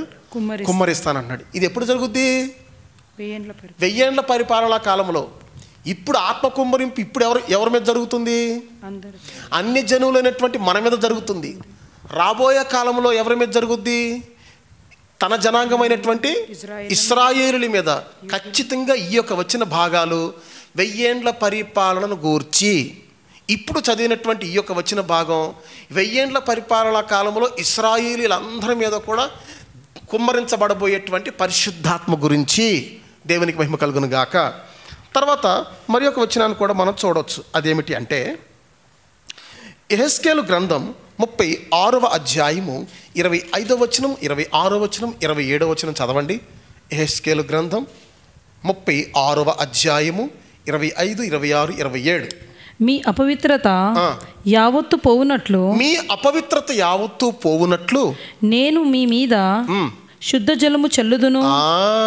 నేను మీ మీద శుద్ధ జలము చల్లుదును. పరిశుద్ధాత్మకు మరి ఒక పేరు ఏంటంటే శుద్ధ జలము.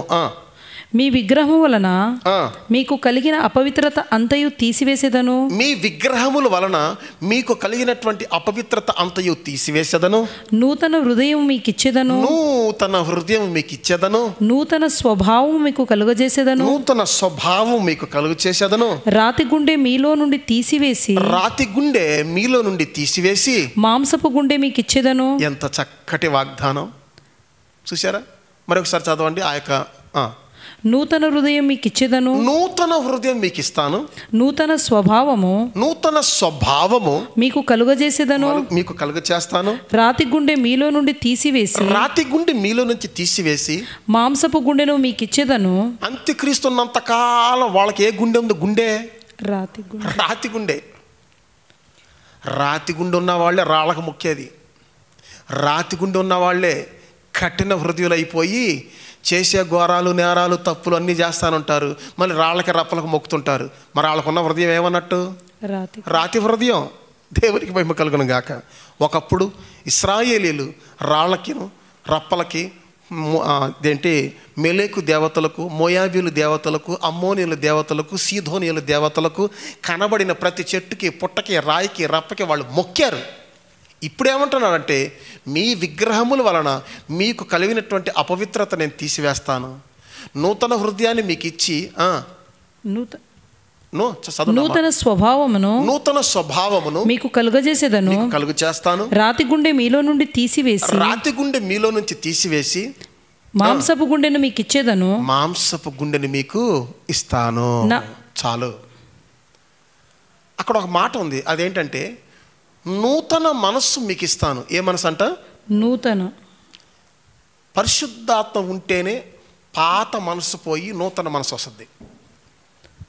పరిశుద్ధాత్మ ఉంటేనే రాతి గుండె పోయి ఏ గుండె వస్తుంది? మాంసపు గుండె. రాతి గుండెలో జాలి, కనికరము, దయ, వాత్సల్యత ఇవన్నీ ఉంటాయా? మాంసపు గుండెలు ఏముంటాయి? దయ, ప్రేమ, వాత్సల్యత, ఎదుటి వాళ్ళ పట్ల ఆ దయ, ఇవన్నీ ఉంటాయి. రాతి గుండెలు అవన్నీ ఉండవు. రాళ్ళకు మొక్కే వాళ్ళంతా కూడా రాతి గుండె వాళ్ళే. దేవునికి మహిమ కలుగును గాక. కాబట్టి చాలా జాగ్రత్తగా వాక్యాన్ని మనం పరిశీలిస్తే నూతన మనస్సు పరిశుద్ధాత్మ వలన వస్తుంది. అది కన్ఫర్మ్ చేయటానికి ఒక విషయం చెప్తా. ఏంటో చెప్పనా? తర్వాత నా దగ్గర నుండి నీవు వెళ్ళిన తర్వాత సెల్సాహులో నుండి రాహేలు సమాధి దాటిన తర్వాత 3 మనుషులు నీకు ఎదురు పడతారు. 3 రొట్టెలు, 3 మేకపిల్లలు, ద్రాక్షారసపు తిత్తి ఉంటుంది. కుశల ప్రశ్నలు అడిగి వాళ్ళు నీకు 2 రొట్టెలు ఇస్తారు. అక్కడ నుండి నువ్వు బయలుదేరి వెళుతూ ఉంటుంటే బెన్యామీనులో ఉన్నటువంటి సరిహద్దుకు వచ్చినప్పుడు ప్రవక్తల సమూహము నీకు ఎదురు పడద్ది. అప్పుడు నీవు వారితో కలిసి ప్రవచిస్తావు అని సమూయేలు ప్రవక్త ఎవరికి చెప్పాడు? సౌలుకు చెప్పాడు. ఎప్పుడు అతడు ప్రవచించాడు? ఎప్పుడు అతనికి నూతన మనసు వచ్చిందంటే దేవుని ఆత్మ అతని మీదకి వచ్చినప్పుడు ఏమొచ్చింది? నూతన మనస్సు. అంటే అసలు ఎవరికైనా సరే కఠిన హృదయం పోయి మాంసపు గుండె రావాలంటే, పాత మనస్సు పోయి నూతన మనస్సు రావాలంటే వాళ్ళ మీదకి ఏం దిగాలి? దేవుని యొక్క ఆత్మ. కాబట్టి ప్రభు నందు ప్రియులారా చాలా జాగ్రత్తగా గమనించండి. యోవేలు గ్రంథం 2వ అధ్యాయం 28వ వచనం 29వ వచనం ప్రకారం, యెషయా గ్రంథం 44వ అధ్యాయం 3వ వచనం ప్రకారం, యెహెజ్కేలు గ్రంథం 36వ అధ్యాయం 27, 26, 25, 26, 27 వచనాల ప్రకారం, యెహెజ్కేలు గ్రంథం 38వ అధ్యాయము 23వ వచనం ప్రకారం, 39వ అధ్యాయము 29వ వచనం ప్రకారం, ఈ వచనాలన్నిటి ప్రకారము 1000 ఏండ్ల పరిపాలన కాలంలో అన్ని జనుల మీద, ఇశ్రాయేలీల మీద దేవుడు ఏం కుమ్మరిస్తాడు చెప్పండి? తన ఆత్మను కుమ్మరిస్తాడు. దేవునికి మహిమ కలుగును గాక. ఇక నెక్స్ట్ 3వ విషయం చూద్దాం. అదేంటో తెలుసా? ప్రపంచమంతా కూడా యెహోవా జ్ఞానముతో నిండి ఉండును. యెషయా గ్రంథం 11వ అధ్యాయము 9వ వచనాన్ని చదవండి. యెషయా గ్రంథం 11వ అధ్యాయం 9వ వచనం. నా పరిశుద్ధ పర్వతమంతటను, నా పరిశుద్ధ పర్వతమంతటను ఏ మృగమును హాని చేయదు, ఏ మృగమును హాని చేయదు, నాశనము చేయదు, నాశనము చేయదు. సముద్ర జలముతో, సముద్ర జలముతో నిండి ఉన్నట్లు, సముద్రము జలముతో నిండి ఉన్నట్టు, లోకము యెహోవాను గూర్చిన, లోకము యెహోవాను గూర్చిన జ్ఞానముతో నిండి ఉండును. జ్ఞానముతో నిండి ఉండును. ఏంటా జ్ఞానం? లోకము యెహోవాను గూర్చినటువంటి జ్ఞానముతో నిండి ఉండును. ఇప్పుడు మృగాలకు జ్ఞానం ఉందా చెప్పండి? లేదు. వాళ్ళు మనుషులు, వాళ్ళని తినకూడదు, వాళ్ళని చంపకూడదు, వాళ్ళు దేవుని స్వరూపులు, దేవుని పోలిక చొప్పున, దేవుని యొక్క స్వారూప్యం చొప్పున వాళ్ళు చేయబడ్డారు, వాళ్ళని మేము తినకూడదు అని మృగాలకు ఏమైనా ఆలోచన ఉంటుందా? మేకల గొర్రెలను మనం ఎట్టకు చంపుకొని తింటున్నామో, మనం కనుక మృగాలకు కనపడితే మృగాలు కూడా ఏం చేస్తాయి? మనల్ని చంపుకొని తినేస్తాయి. 1000 ఏండ్ల పరిపాలనా కాలంలో మనుషులు, మృగాలు, పక్షులు ప్రతిదీ కూడా దేంతో నిండి ఉంటే అంట? యెహోవాను గూర్చిన జ్ఞానం. దేవునికి మహిమ కలుగును గాక. ఈ జ్ఞానం లేదనుకో ఏమైపోద్ది? ఒకరినొకరు చంపుకొని తింటారు. ఇప్పుడు జరిగేది అదే కదా. నరరూప రాక్షసులు మనుషులు ఏం చేస్తారు? చంపుకొని తింటారు. అరే వాళ్ళు మనుషులే, మనమే మనుషులం, వాళ్ళని తినకూడదనే జ్ఞానం వాళ్ళకు ఉండదు. ఎందుకంటే వాళ్ళు నరరూప రాక్షసులు. మృగాలు ఏం చేస్తే, పులి కానీ, చిరుత పులి కానీ, ఆ సింహం కానీ, మూడిటికి మనం కనపడితే ఏం చేస్తే అవి మనల్ని తినేస్తాయి. కారణం ఏంటి? ఇప్పుడు వాటికి జ్ఞానము లేదు. దేవునికి మహిమ కలుగును గాక. ఈ విధముగా ప్రతి ప్రాణి, సకల ప్రాణులు, మనుషులే కానివ్వండి, ఎవరైనా కానివ్వండి, సకల ప్రాణులు యెహోవాను గూర్చినటువంటి జ్ఞానముతో నిండి ఉండును. ఇదే విషయం ఇంకో చోట కూడా చూడొచ్చు. జకర్యా గ్రంథము 8వ అధ్యాయము 22, 23 వచనాలు చదవండి. జకర్యా గ్రంథము 8వ అధ్యాయము 22వ వచనం, 23వ వచనం. అనేక జనములను, బలముగల జనములను యెరూషలేములో సైన్యములకు అధిపతియగు యెహోవాను వెదకుటకును, యెహోవాను శాంతిపరచుటకును వత్తురు. సైన్యములకు అధిపతియగు యెహోవా సెలవిచ్చినదేమనగా, ఆ దినములలో ఆయా భాషలు మాట్లాడు అన్యజనులలో 10 మంది యొక్క యూదుని చెంగు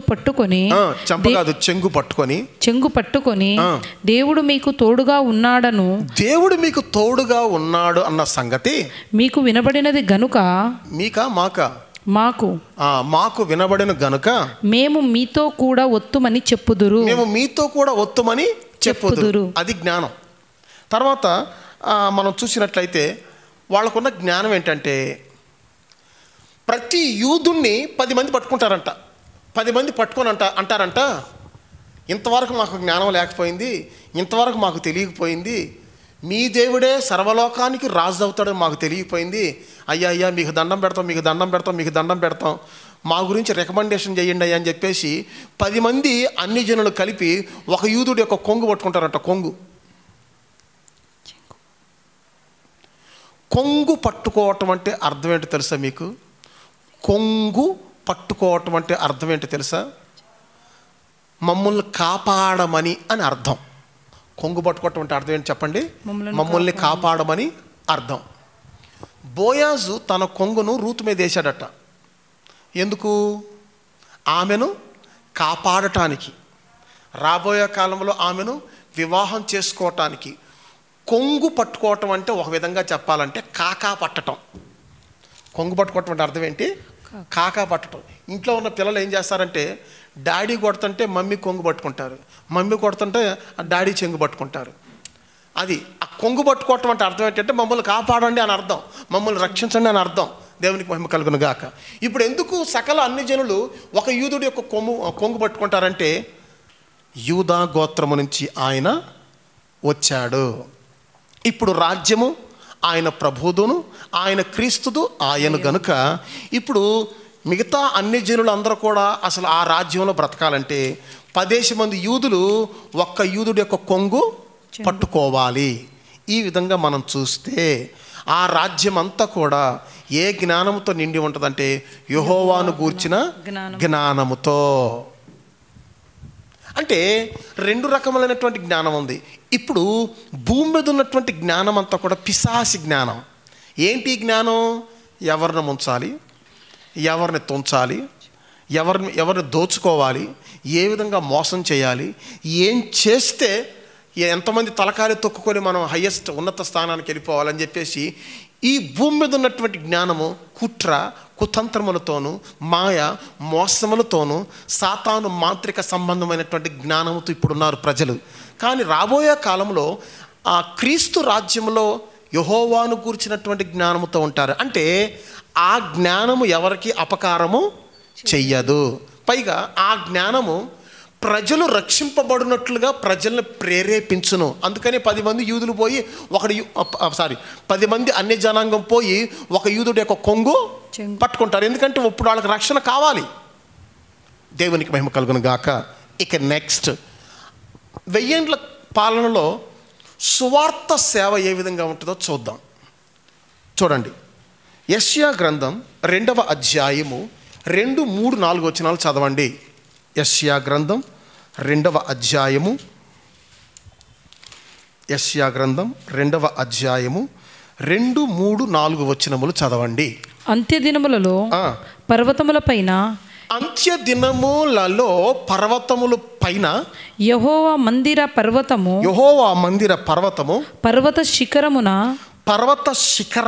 స్థిరపరచబడి కొండల కంటే ఎత్తుగా ఎత్తబడును. ప్రవాహము వచ్చినట్లు సమస్త అన్యజనులు దానిలోనికి వచ్చేదరు. ఇది ఎట్లా జరుగుద్ది? సమస్త అన్ని జనులు ప్రవాహం వచ్చినట్లుగా అందులోకి వస్తారంటే అది ఎట్లా జరుగుద్ది? యెహోవా జ్ఞానం ఏం తెలియజేయబడితే వాళ్ళు వస్తారు. అట్లా ఇప్పుడు ఇక్కడ మందిరానికి రావాలంటే మనం ఏం చేయాలి? సువార్త ప్రకటించాలి, అంతే కదా. ఇదే విషయాన్ని మీకా ప్రవక్త కూడా చెప్తున్నాడా లేదా? చెప్పండి. అదే నేను చెప్తున్నా. ఈ 1000 ఏండ్ల పరిపాలనకు సంబంధించిన విషయాలు ఈ 5 ప్రవక్తలు ఒకేలాగా చెప్తున్నారు. మరి సమస్త అన్ని జనులు ప్రవాహం వచ్చినట్లు అందులోకి వస్తారంటే వాళ్ళు ఎట్టొస్తారు? అన్ని జనులు మందిరానికి రావాలంటే ఏం ప్రకటించబడాలి? సువార్త ప్రకటించబడాలి. అంటే దాని అర్థం ఏంటో చెప్పనా? మహిమా శరీరులు మామూలు శరీరులకు సువార్త ప్రకటిస్తారు. మహిమా శరీరులు మామూలు శరీరులకు ఏం ప్రకటిస్తారు? అదేంటి అని మీకు ఒక డౌట్ రావచ్చు. అదే నేను చెప్తున్నా కదా, మహిమా శరీరులు కనిపిస్తారు, వారి మాట వినిపిస్తుంది, వారు ఆహారం తింటారు, అన్నీ చేస్తారు. శరీర సంబంధం ఉండదు వాళ్ళకి, అన్ని సంబంధాలు ఉంటాయి. ఆహారం తింటారు, అన్నీ తింటారు, తినేసి ఏలుబడి చేస్తారు, అంతా చేస్తారు. దాంతోపాటు అన్ని జనులకి ఇశ్రాయేలులకి ఏం ప్రకటిస్తారు? సువార్త. ఎందుకు ప్రకటిస్తారు చెప్పనా? ఇంతకాలం మీరు నిజదేవుణ్ణి తెలియక మోసపోయారు. నిజదేవుడు ఇదిగో ఈయనే 1000 సంవత్సరాలు రాజ్యం చేయబోతున్నాడు, మీరు అంగీకరించండి, తెలుసుకోండి అని చెప్పేసి మహిమా శరీరులు మామూలు శరీరులతో మాట్లాడతారు. దీనికి నిదర్శనంగా మనం చూసినట్లయితే యేసు ప్రభు 12 మంది శిష్యులతో మాట్లాడలేదా? అమ్మో భూతం అని వాళ్ళు భయపడ్డారు. కానీ ఆయన అంటున్నాడు, నేనే, నాకున్నట్టుగా ఎముకలు భూతానికి ఉండవు అని మహిమా శరీరంతో ఉండి యేసు ప్రభు వాళ్ళతో మాట్లాడాడుగా. వాళ్ళు ఇంకనూ సందేహంగా ఉన్నప్పుడు తినటానికి మీ యొద్ద ఏమైనా ఉన్నదా అని అడిగాడు. ఆ మాట ఏ శరీరంతో ఉన్నప్పుడు అడిగాడు? మహిమా శరీరంతో ఉన్నప్పుడే. ఇంకోసారి తోమాతో అంటున్నాడు, ఏమిటయ్యా నువ్వు ఇంకా సందేహంగా ఉన్నావు? నేనే ఆయనను అనటానికి నీ వేలు నా ప్రక్కలో ఉంచి అవిశ్వాసివై ఉండక విశ్వాసివై ఉండమని చెప్పాడు. ఆ మాట చెప్పింది కూడా ఏ శరీరంతో ఉన్నప్పుడు? మహిమా శరీరంతో ఉన్నప్పుడు. అంటే దాని అర్థం మహిమా శరీరులు మామూలు శరీరులతో ఏం చేస్తారు? చక్కగా మాట్లాడతారు. మాట్లాడేది పలానా వ్యక్తి కూడా అని తెలుసుద్ది, కానీ ఆ శరీరానికి ఎటువంటి హాని జరగదు. చక్కగా ఇదిగో పలానా వ్యక్తి మనతో మాట్లాడుతున్నాడని చెప్పేసి చక్కగా తెలుసుద్ది. యేసు ప్రభు మాట్లాడుతున్నాడు, పేతురు మాట్లాడుతున్నాడు, పలానా వ్యక్తి మనతో మాట్లాడుతున్నాడు చక్కగా తెలుసుద్ది మామూలు శరీరులకి. కానీ మామూలు శరీరులు వారిని ఏం చేయలేరు. మామూలు శరీరులు వాళ్ళని ముట్టుకోవటానికి వీలు కాదు. దేవునికి మహిమ కలుగును గాక. వాళ్ళ మాట వీళ్ళు వింటారు, వీళ్ళ మాట వాళ్ళకి వినపడద్ది, కానీ ముట్టుకోకూడదు. అదే కదా మగ్దలేని మరియ యేసు ప్రభు అంటున్నాడు, ఏమని? అమ్మా నన్ను ఏం చేయొద్దు, ముట్టుకోవద్దు. అమ్మా నన్ను ముట్టుకోవద్దు అనే మాట కూడా ఏ శరీరంతో ఉన్నప్పుడు మాట్లాడాడు? మహిమా శరీరంతో ఉన్నప్పుడే. దేవునికి మహిమ కలుగును గాక. కారణం ఏంటంటే ముట్టుకుంటే ఏమవుద్దంటే మహిమ పోద్ది. దేవునికి స్తోత్రం కలుగును గాక. నన్ను ముట్టుకోవద్దు, కానీ నువ్వు ఒక పని చేయి. నువ్వు వెళ్ళి మనకును నాకును మీకును తండ్రి అయినటువంటి వాని దగ్గరకు నేను ఎక్కి వెళుతున్నాను, ఈ విషయం నువ్వు వాళ్ళకి చెప్పమని చెప్పాడు. దేవునికి స్తోత్రం కలుగును గాక. ముట్టుకోవాల్సిన అవసరం ఏముంది? అక్క చెల్లెళ్ళు ముట్టుకోవాల్సిన అవసరం ఏముంది? భార్యాభర్తలు ముట్టుకోవాల్సిన అవసరం ఏముంది? ముట్టుకోవాల్సిన అవసరం లేదు. ముట్టుకోకుండా కూడా మాట్లాడుకోవచ్చు. ఆమె నా భార్య అని చెప్తే సరిపోదా? భుజం మీద చేతులేసి నా భార్య అని చెప్పాలి ఏంటి? ఆమె నా చెల్లె అని చెప్తే సరిపోదా? ఆమె భుజం మీద చేతులేసి నా చెల్లె అని చెప్పాలా? దేవునికి మహిమ కలుగును గాక. ముట్టుకుంటే ఏమవుద్ది? మహిమ పోతుంది. అందుకని మామూలు శరీరంలో మాట్లాడతారు, కానీ ముట్టుకోరు, ముట్టుకోనివ్వరు. దేవునికి మహిమ కలుగును గాక. కాబట్టి చక్కగా మామూలు శరీరులు మహిమా శరీరులు మామూలు శరీరులకు ఏం ప్రకటిస్తారు? 1000 ఏళ్ల పరిపాలన కాలంలో చెప్పండి. ఆ విధంగా ప్రకటించబడుతున్నందు వలననే ప్రపంచంలో ఉన్నటువంటి ప్రతి అన్యజనులు ప్రవాహం వచ్చినట్లుగా ఎక్కడికి వస్తారు? యెహోవా మందిరమునకు, యెరూషలేముకు వస్తారు ఆయనను ఆరాధించటానికి. మరి ఒక వచనం కూడా చూద్దామా? అదేంటంటే 40వ అధ్యాయం 9వ వచనం చూడండి. యెషయా గ్రంథం 40వ అధ్యాయం 9వ వచనం. 40వ అధ్యాయం 9వ వచనం. సియోను సువార్త ప్రకటించుచున్నదానా, సియోను స్వార్థ ప్రకటించుచున్నదానా, ఉన్నత పర్వతము ఎక్కుము, ఉన్నత పర్వతము ఎక్కుము, యెరూషలేము యెరూషలేము సువార్త ప్రకటించుచున్నదానా, స్వార్థ ప్రకటించుచున్నదానా, బలముగా ప్రకటించుము, బలముగా ప్రకటించుము, భయపడక భయపడక ప్రకటించుము.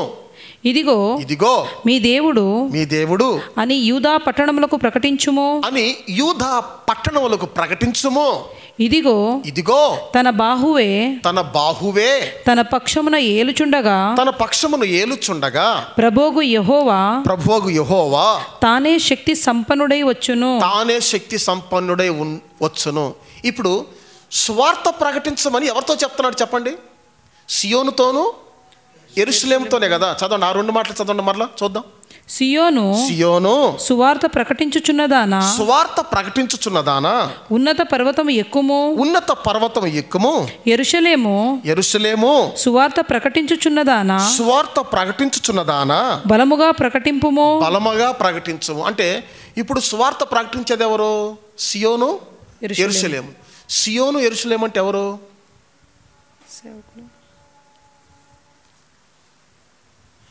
సియోను యెరూషలేము అంటే ఎవరు?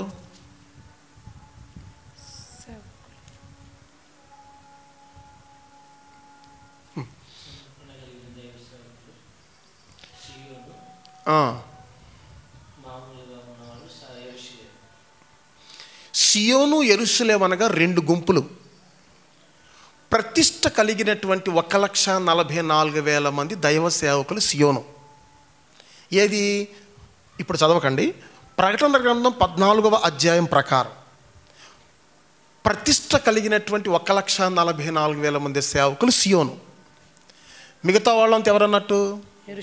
యెరూషలేము. వీళ్ళిద్దరూ కలిసి ఏం ప్రకటిస్తున్నారు? సువార్త. ఇప్పుడు జరిగేది కూడా అదే కదా. సేవకులు విశ్వాసులే కదా సువార్త దండయాత్రలు చేసేది. సేవకులు విశ్వాసులే కదా కరపత్రికలు పంచుతూ అనేక చోట్ల సువార్త ప్రకటిస్తున్నారు. దేవునికి మహిమ కలుగును గాక. ఇదే విధానం మహిమా శరీరులు 1000 ఏండ్ల పరిపాలన కాలంలో ఏం చేస్తారు చెప్పండి? సువార్త ప్రకటిస్తారు. దేవునికి స్తోత్రం కలుగును గాక. 52వ అధ్యాయము యెషయా గ్రంథం 52వ అధ్యాయము 7వ వచనం కూడా చదవండి. అక్కడే ఉంది 52:7. సువార్త ప్రకటించుచు సమాధానమును చాటించుచు సువర్తమానము ప్రకటించుచు రక్షణ సమాచారమును ప్రకటించు వాని పాదములు నీ దేవుడు ఏలుచున్నాడు అని సియోనుతో చెప్పుచున్న వాని పాదములు పర్వతముల మీద ఎంతో సుందరములై ఉన్నవి. పర్వతముల మీద వీళ్ళు సువార్త ప్రకటిస్తున్నారు. ఎక్కడ? పర్వతాల మీద, మామూలు ప్రాంతాల్లో కాదు. పర్వతాల మీద ప్రకటించేటువంటి అర్థం ఏంటి చెప్పండి మీరు చూద్దాం. పర్వతము అనగా యెహోవా మందిర పర్వతం అనగా 1000 ఏండ్ల పరిపాలన. పర్వతములు అంటే ఆ పరిపాలనలో ఉండేటువంటి ప్రతి రాజ్యం. అంత్యక్రీస్తు సమక్షములో ఏ ప్రపంచ రాజ్యాలైతే ఒకటైపోయినాయో హర్మెగుద్దోను యుద్ధములో ఆ అంత్యక్రీస్తును ఓడించి ఆ రాజ్యం అంతటిని యేసు ప్రభు తన హస్తగతం చేసుకుంటాడు. అంటే ఇప్పుడు రాజ్యం ఆయింది. ఆ రాజ్యంలో ఉన్నటువంటి మిగతా రాజ్యాలన్నీ కూడా పర్వతాలు. యెహోవా మందిర పర్వతం ఆయింది. మిగతా రాజ్యాలను ఏమని పిలువబడతాయి? పర్వతాలు. ఇప్పుడు ఆ పర్వతాల మీద వీళ్ళు ఏం ప్రకటిస్తున్నారు? సువార్త ప్రకటించు వాని యొక్క పాదములు ఎంతో సుందరములై ఉన్నవి. దేవునికి స్తోత్రం కలుగును గాక. ఇక్కడ పాదములు అనగా అర్థం ఏంటంటే వారి యొక్క ప్రవర్తన. ఒక వ్యక్తి మారాలి, సంఘంలోకి రావాలంటే ఏది ముఖ్యం? ప్రవర్తన. మన యొక్క పాదాలు.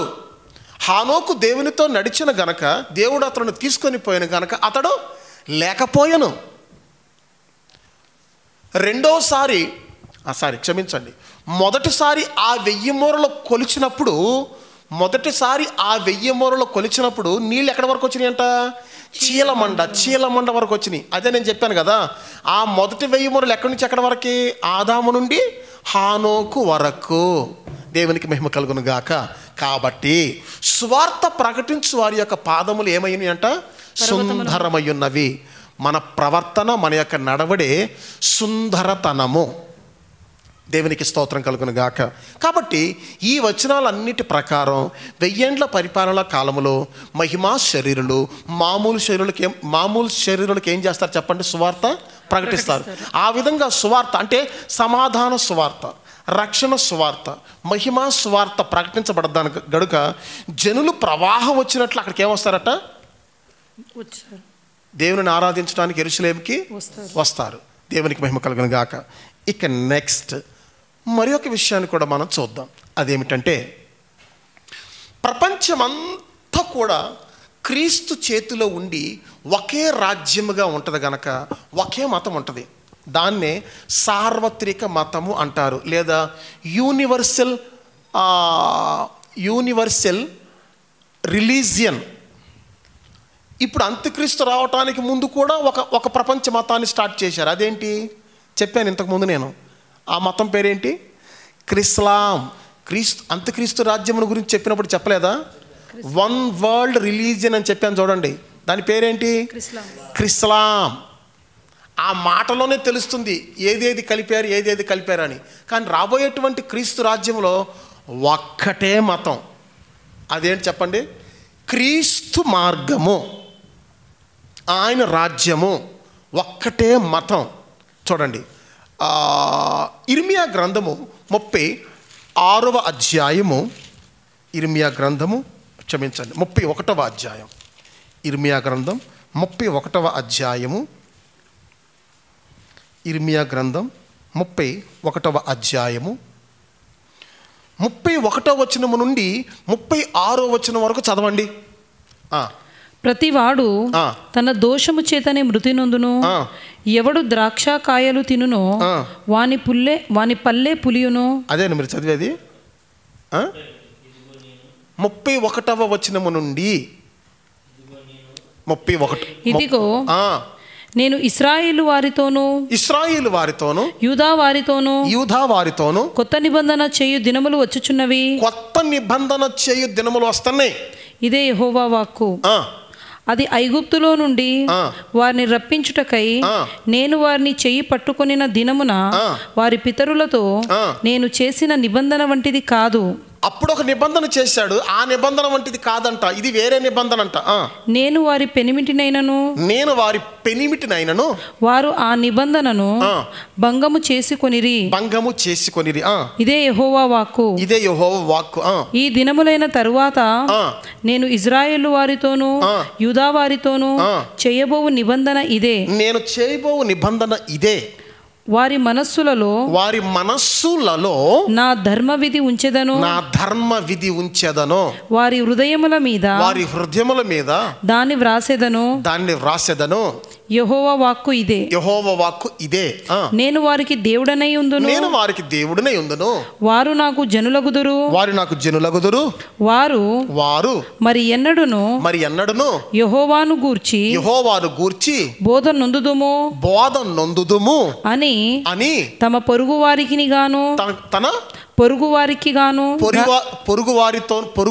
గాని తమ సహోదరులకు గాని ఉపదేశము చెయ్యరు. నేను వారి దోషములను క్షమించి వారి పాపములను ఇక ఎన్నడూను జ్ఞాపకము చేసుకొనను. గనుక అల్పులేమి గనులేమి అందరును నన్ను ఎరుగుదురు. ఇదే యెహోవా వాక్కు. చూశారా, ఇక్కడ ఏమంటున్నాడంట? అంతకుముందు వారి పితరులతో ఒక నిబంధన చేశాను. ఆ నిబంధన ఏంటి? పలకల మీద ఇచ్చిన నిబంధన. చాలా జాగ్రత్తగా గమనించాలి. బయటకు వచ్చినటువంటి ఇశ్రాయేలీలకు మోషే నాయకత్వం ద్వారా 2 రాతి పలకలు ఇచ్చాడు. ఆ రాతి పలకల మీద ఏం రాశాడు? 10 ఆజ్ఞలు. కానీ ఇప్పుడు అంటున్నాడు, వారి పితరులతో నేను చేసినటువంటి నిబంధన వంటిది కాదు ఇది నూతన నిబంధన, ఇది ఒక కొత్త నిబంధన. అయితే ఈ నిబంధన ఎక్కడ రాశాడంట? వారి మనస్సులోను వారి హృదయంలోను. ఎంత చక్కగా ఉంది చూడండి. రాతి మీద రాసినటువంటి ఆ ఆజ్ఞలు రాళ్ల వరకే పరిమితమైనవి. ఆ ఆజ్ఞలు వారికి ఇవ్వబడినప్పటికీ సరే ఆ ఆజ్ఞలని వారు ఏం చేశారు? మీరారు. ఎంతగా ప్రకటించబడుతూ వచ్చినప్పటికీ సరే మీరారు. కానీ ఇప్పుడు అంటున్నాడు, ఇక నేను రాళ్ల మీద రాయను, అక్కడ రాయను, ఇక్కడ రాయను, అసలు డైరెక్ట్గా ఎక్కడ రాసేస్తాను? వారి మనసులో రాసేస్తా. అదే కదా నేను చెప్తుంది. మారవలసింది ఏంటి? హృదయం. మారవలసింది మనస్సు. దేవునికి మహిమ కలుగును గాక. ఎప్పుడైతే ఇశ్రాయేలీల యొక్క హృదయంలో, వారి యొక్క మనస్సులో ఆయన యొక్క ధర్మ విధులు రాసేస్తాడో అప్పుడు వాళ్ళు ఏమంటారంటే, ఇక వేరే వాళ్ళు మాకెవరో చెప్పాల్సిన అవసరం లేదు, వేరే వాళ్ళకి అసలు మనం బోధించవలసిన అవసరం లేదు. కారణం అసలు డైరెక్ట్గా అది ఎక్కడుంది? మనసులో ఉంది. అదే నేను ఒక్కొక్కసారి ప్రార్థన చేసేటప్పుడు లాస్ట్లో ఏమని చేస్తానంటే, ప్రభువా, విన్న వాక్యమును ప్రజల యొక్క హృదయాల్లో ముద్ర వేసి భద్రపరచండి. ఏంటది? ముద్ర వేసి భద్రపరచండి అంటే ఏంటి? ముద్ర వేసి భద్రపరిస్తే ఇక దాన్ని ఎవరు ఏం చేయలేరు, తొలగించడానికి వీలు కాదు. హృదయంలో ముద్ర వేయాలి, భద్రపరచాలి. నేను చేయబోవు కొత్త నిబంధన ఇదే. ఏంటంటే ఆ నిబంధన వారి మనస్సుల్లో రాసేస్తారు కనుక ఇక వేరే వాళ్ళు ఎవరు కూడా వాళ్ళకి బోధించవలసిన అవసరం లేదు. కాబట్టి ప్రభునందు ప్రియులారా, ఇక్కడ మీరు గమనించినట్లయితే ఈ యొక్క స్థితి ఏమిటంటే సార్వత్రిక మతము, సార్వత్రిక సంఘము, ప్రపంచం అంతటికి కలిపి ఒకే మతం ఉంటున్నట్లుగా వాక్య భాగంలో చక్కగా మనం చూస్తున్నాం. జకర్యా గ్రంథం 14వ అధ్యాయము 16వ వచనం కూడా చదవండి. జకర్యా గ్రంథం 14వ అధ్యాయం 16వ వచనం. జకర్యా గ్రంథం 14వ అధ్యాయం 16వ వచనం. మరియు యెరూషలేము మీదకి వచ్చిన అన్యజనులలో శేషించిన వారందరూ సైన్యములకు అధిపతియగు యెహోవాయను రాజునకు మ్రొక్కుటకును పర్ణశాలల పండుగ ఆచరించుటకును ఏటేటా వస్తారట. ఏటేటా అంటే ఏంటి? సంవత్సరం. ఏటేటా ఒత్తురు అని ఉంది. వచ్చేసారనుందా? ఒత్తురు అనుందా? వచ్చేదరు లేదా ఒత్తురు అంటే అది ఎక్కడ జరుగుద్ది? అది 1000 పరిపాలన కాలంలో. ఏటేటా అంటే అట్లా ఎన్ని సంవత్సరాలు? 1000 సంవత్సరాలు. దేవునికి మహిమ కలుగును గాక. కాబట్టి ఇర్మియా గ్రంథం 31వ అధ్యాయము 31వ వచనం నుండి 36వ వచనం ప్రకారంగా, జకర్యా గ్రంథం 14వ అధ్యాయం 16వ వచనం ప్రకారముగా ప్రపంచమంతా కూడా ఒకటే మతము, అదే క్రీస్తు మతము. లేదా మతము అనటం కంటే కూడా దేవుని అందరూ ఒకే ఆలయంలో ఒకే ఆరాధన చేస్తారు అనటం బాగుంటుంది. మతం అని అనకూడదు, మార్గము, ఆ యొక్క ధర్మ విధులు మనస్సుల్లో రాస్తాడు అనే మనం తెలుసుకోవాలి. దేవునికి స్తోత్రం కలుగును గాక. కాబట్టి ఈ యొక్క 33వ భాగంలో మనము 4 కార్యాలు ధ్యానించాం. ఒకటేంటి చెప్పండి? దేవాలయమును గురించి ధ్యానించాం. ప్రపంచమంతటికి ఒకే దేవాలయము ఉంటుంది. రెండవది ఏం ధ్యానించాము? ఇశ్రాయేలీయుల మీద, అన్ని జనాంగం మీద ఏం కుమ్మరించబడద్ది? పరిశుద్ధాత్మ కుమ్మరించబడద్ది. మూడోది ఏంటి? ప్రపంచమంతా కూడా దేవుని గూర్చినటువంటి సంపూర్ణ జ్ఞానంతో నిండి ఉంటుంది. నాలుగోది ఏంటి? స్వార్థ సేవ ప్రకటించబడద్ది. ఎందుకంటే మహిమా శరీరులు మామూలు శరీరులకు ఏం ప్రకటిస్తారు చెప్పండి? సువార్త ప్రకటిస్తారు. ఎందుకు ప్రకటిస్తారు అంటే వాళ్ళకు తెలియాలిగా. ఆ విధముగా సువార్త ప్రకటించబడుట వలననే సర్వ శరీరులు ప్రవాహం వచ్చినట్లుగా ఎక్కడికి వస్తారట? యెరూషలేముకి, యెహోవాను ఆరాధించడానికి వస్తారు. అది ఆ విధంగా సువార్త ఎందుకు ప్రకటించబడాలి అనేది ఈ వీడియోలో ప్రారంభంలో నేను చెప్పా. ఇశ్రాయేలీలు బయటకు వచ్చారు, చాలామందికి కొత్త వాళ్ళు పుట్టారు. కొత్త వాళ్ళగా పుట్టిన వాళ్ళకి ఏం జరగలేదు? సున్నతి జరగలేదు. సున్నతి జరగలేదు అనక దేవుడు యెహోషువతో అంటున్నాడు, 2 రాతి కత్తులు తీసుకొని సున్నతి లేని ప్రతి మగ పిల్లవాడికి ఏం చెయ్యి? సున్నతి చెయ్యి. దేవునికి స్తోత్రం కలుగును గాక. 5వ దేని గురించి ధ్యానించాము? సార్వత్రిక సంఘము లేదా ఒకే మార్గము ఉండును. మిగిలినటువంటి మరికొన్ని విషయాలు 34వ భాగంలో ధ్యానించుకుందాం. ఈ విషయాలు మీ హృదయాలలో ప్రభు ఫలింప చేయును గాక. ఆమేన్. ప్రార్థన చేసుకుందాం. కృపా సత్య సంపూర్ణ పరిశుద్ధుడా, నీ పాదాలకి స్తోత్రం. నీ దాసుని మరుగుపరుచుకొని 1000 ఏళ్ల పరిపాలనలో ఆ ఉన్నతమైన పర్వతం మీద పరిశుద్ధమైన దేవాలయము, ప్రపంచమంతా ఒకే ఒక దేవాలయము, అది పరిశుద్ధమైనది, అది పవిత్రమైనది అని చెప్పి నీ లేఖనాలు ఆరాధనకి యోగ్యమైన దేవాలయం గురించి నీవు హెచ్చరిస్తూ వచ్చావు. ఇదిగోనైనా ప్రతి మనిషి యెహోవాను గురించి జ్ఞానమును, ప్రతి మనిషి యెహోవాను గురించి తెలుసుకోవాలని జంతువులు కానీ మనుషులు కానీ ప్రతి ఒక్కరూ నిన్ను గురించిన జ్ఞానం వారికి తెలియపరుస్తుందని, అయ్యా పరిశుద్ధులు దేవుని మహిమా శరీరులు మామూలు శరీరాలకు స్వార్థను ప్రకటిస్తారని ఈ లోతైన ఒక్కొక్క విషయాన్ని బయలుపరుస్తూ వచ్చావు. మాకు తెలియని సంగతులు నీవు బయలుపరిచినందుకు నీకు కృతజ్ఞతాస్తుతులు చెల్లిస్తున్నాం. ఈ విధంగా మాకు ముందు జాగ్రత్తతో ప్రభువా ఉండబోయే ఈ 1000 ఏళ్ల పరిపాలన, చేరబోతున్న 1000 ఏళ్ల పరిపాలనలో ఎలాగుంటామో ఆ పరిపాలన గురించి మా పితరుడైన యెరెమీయా ద్వారా అయ్యా నూతన మనస్సు అది మాకును, కుడి వచ్చిన ప్రతి ఒక్క బిడ్డకిని, ఈ వాక్యం వింటున్న ప్రతి ఒక్కరికి అయ్యా నూతన మనసు వారి హృదయములో అయ్యా మాంసపు గుండెగా అయ్యా మాంసపు అయ్యా ఒక మెత్తని హృదయం మీద నీవు చేయబోతున్న నిబంధనను బట్టి నీకు స్తోత్రం. అది స్థిరపరిచి ఆ నిబంధనలో అనుభవిస్తూ నీకు సాక్షిగా బ్రతకటానికి సహాయం ఇచ్చి నీ దాసుని బలపరచు. ఇంకా ఉన్నతమైన ఈ ఉపదేశం బోధించడానికి సహాయం చేయమని యేసు నామములో అడుగుచున్నాను తండ్రి. ఆమేన్. ఆమేన్. మన ప్రభువైన యేసుక్రీస్తు కృపయు తండ్రి అయిన దేవుని ప్రేమ పరిశుద్ధాత్మ సహవాసము సన్నిధి సకల పరిశుద్ధులకి కూడొచ్చిన ప్రతి ఒక్క బిడ్డకి వాక్యాన్ని బోధించిన దైవజనునికి సదాకాలము తోడయుండి నడిపించునుగాక. ఆమేన్. హల్లెలూయా హల్లెలూయా హల్లెలూయా హల్లెలూయా హల్లెలూయా హల్లెలూయా. మరికొన్ని విషయములు 34వ భాగంలో ధ్యానించబోతున్నాము. అప్పటి వరకు దైవ కృప మీ అందరికి తోడుగా ఉండి నడిపించునుగాక. ఆమేన్. మీ అందరికీ కూడా మా యొక్క వందనములు.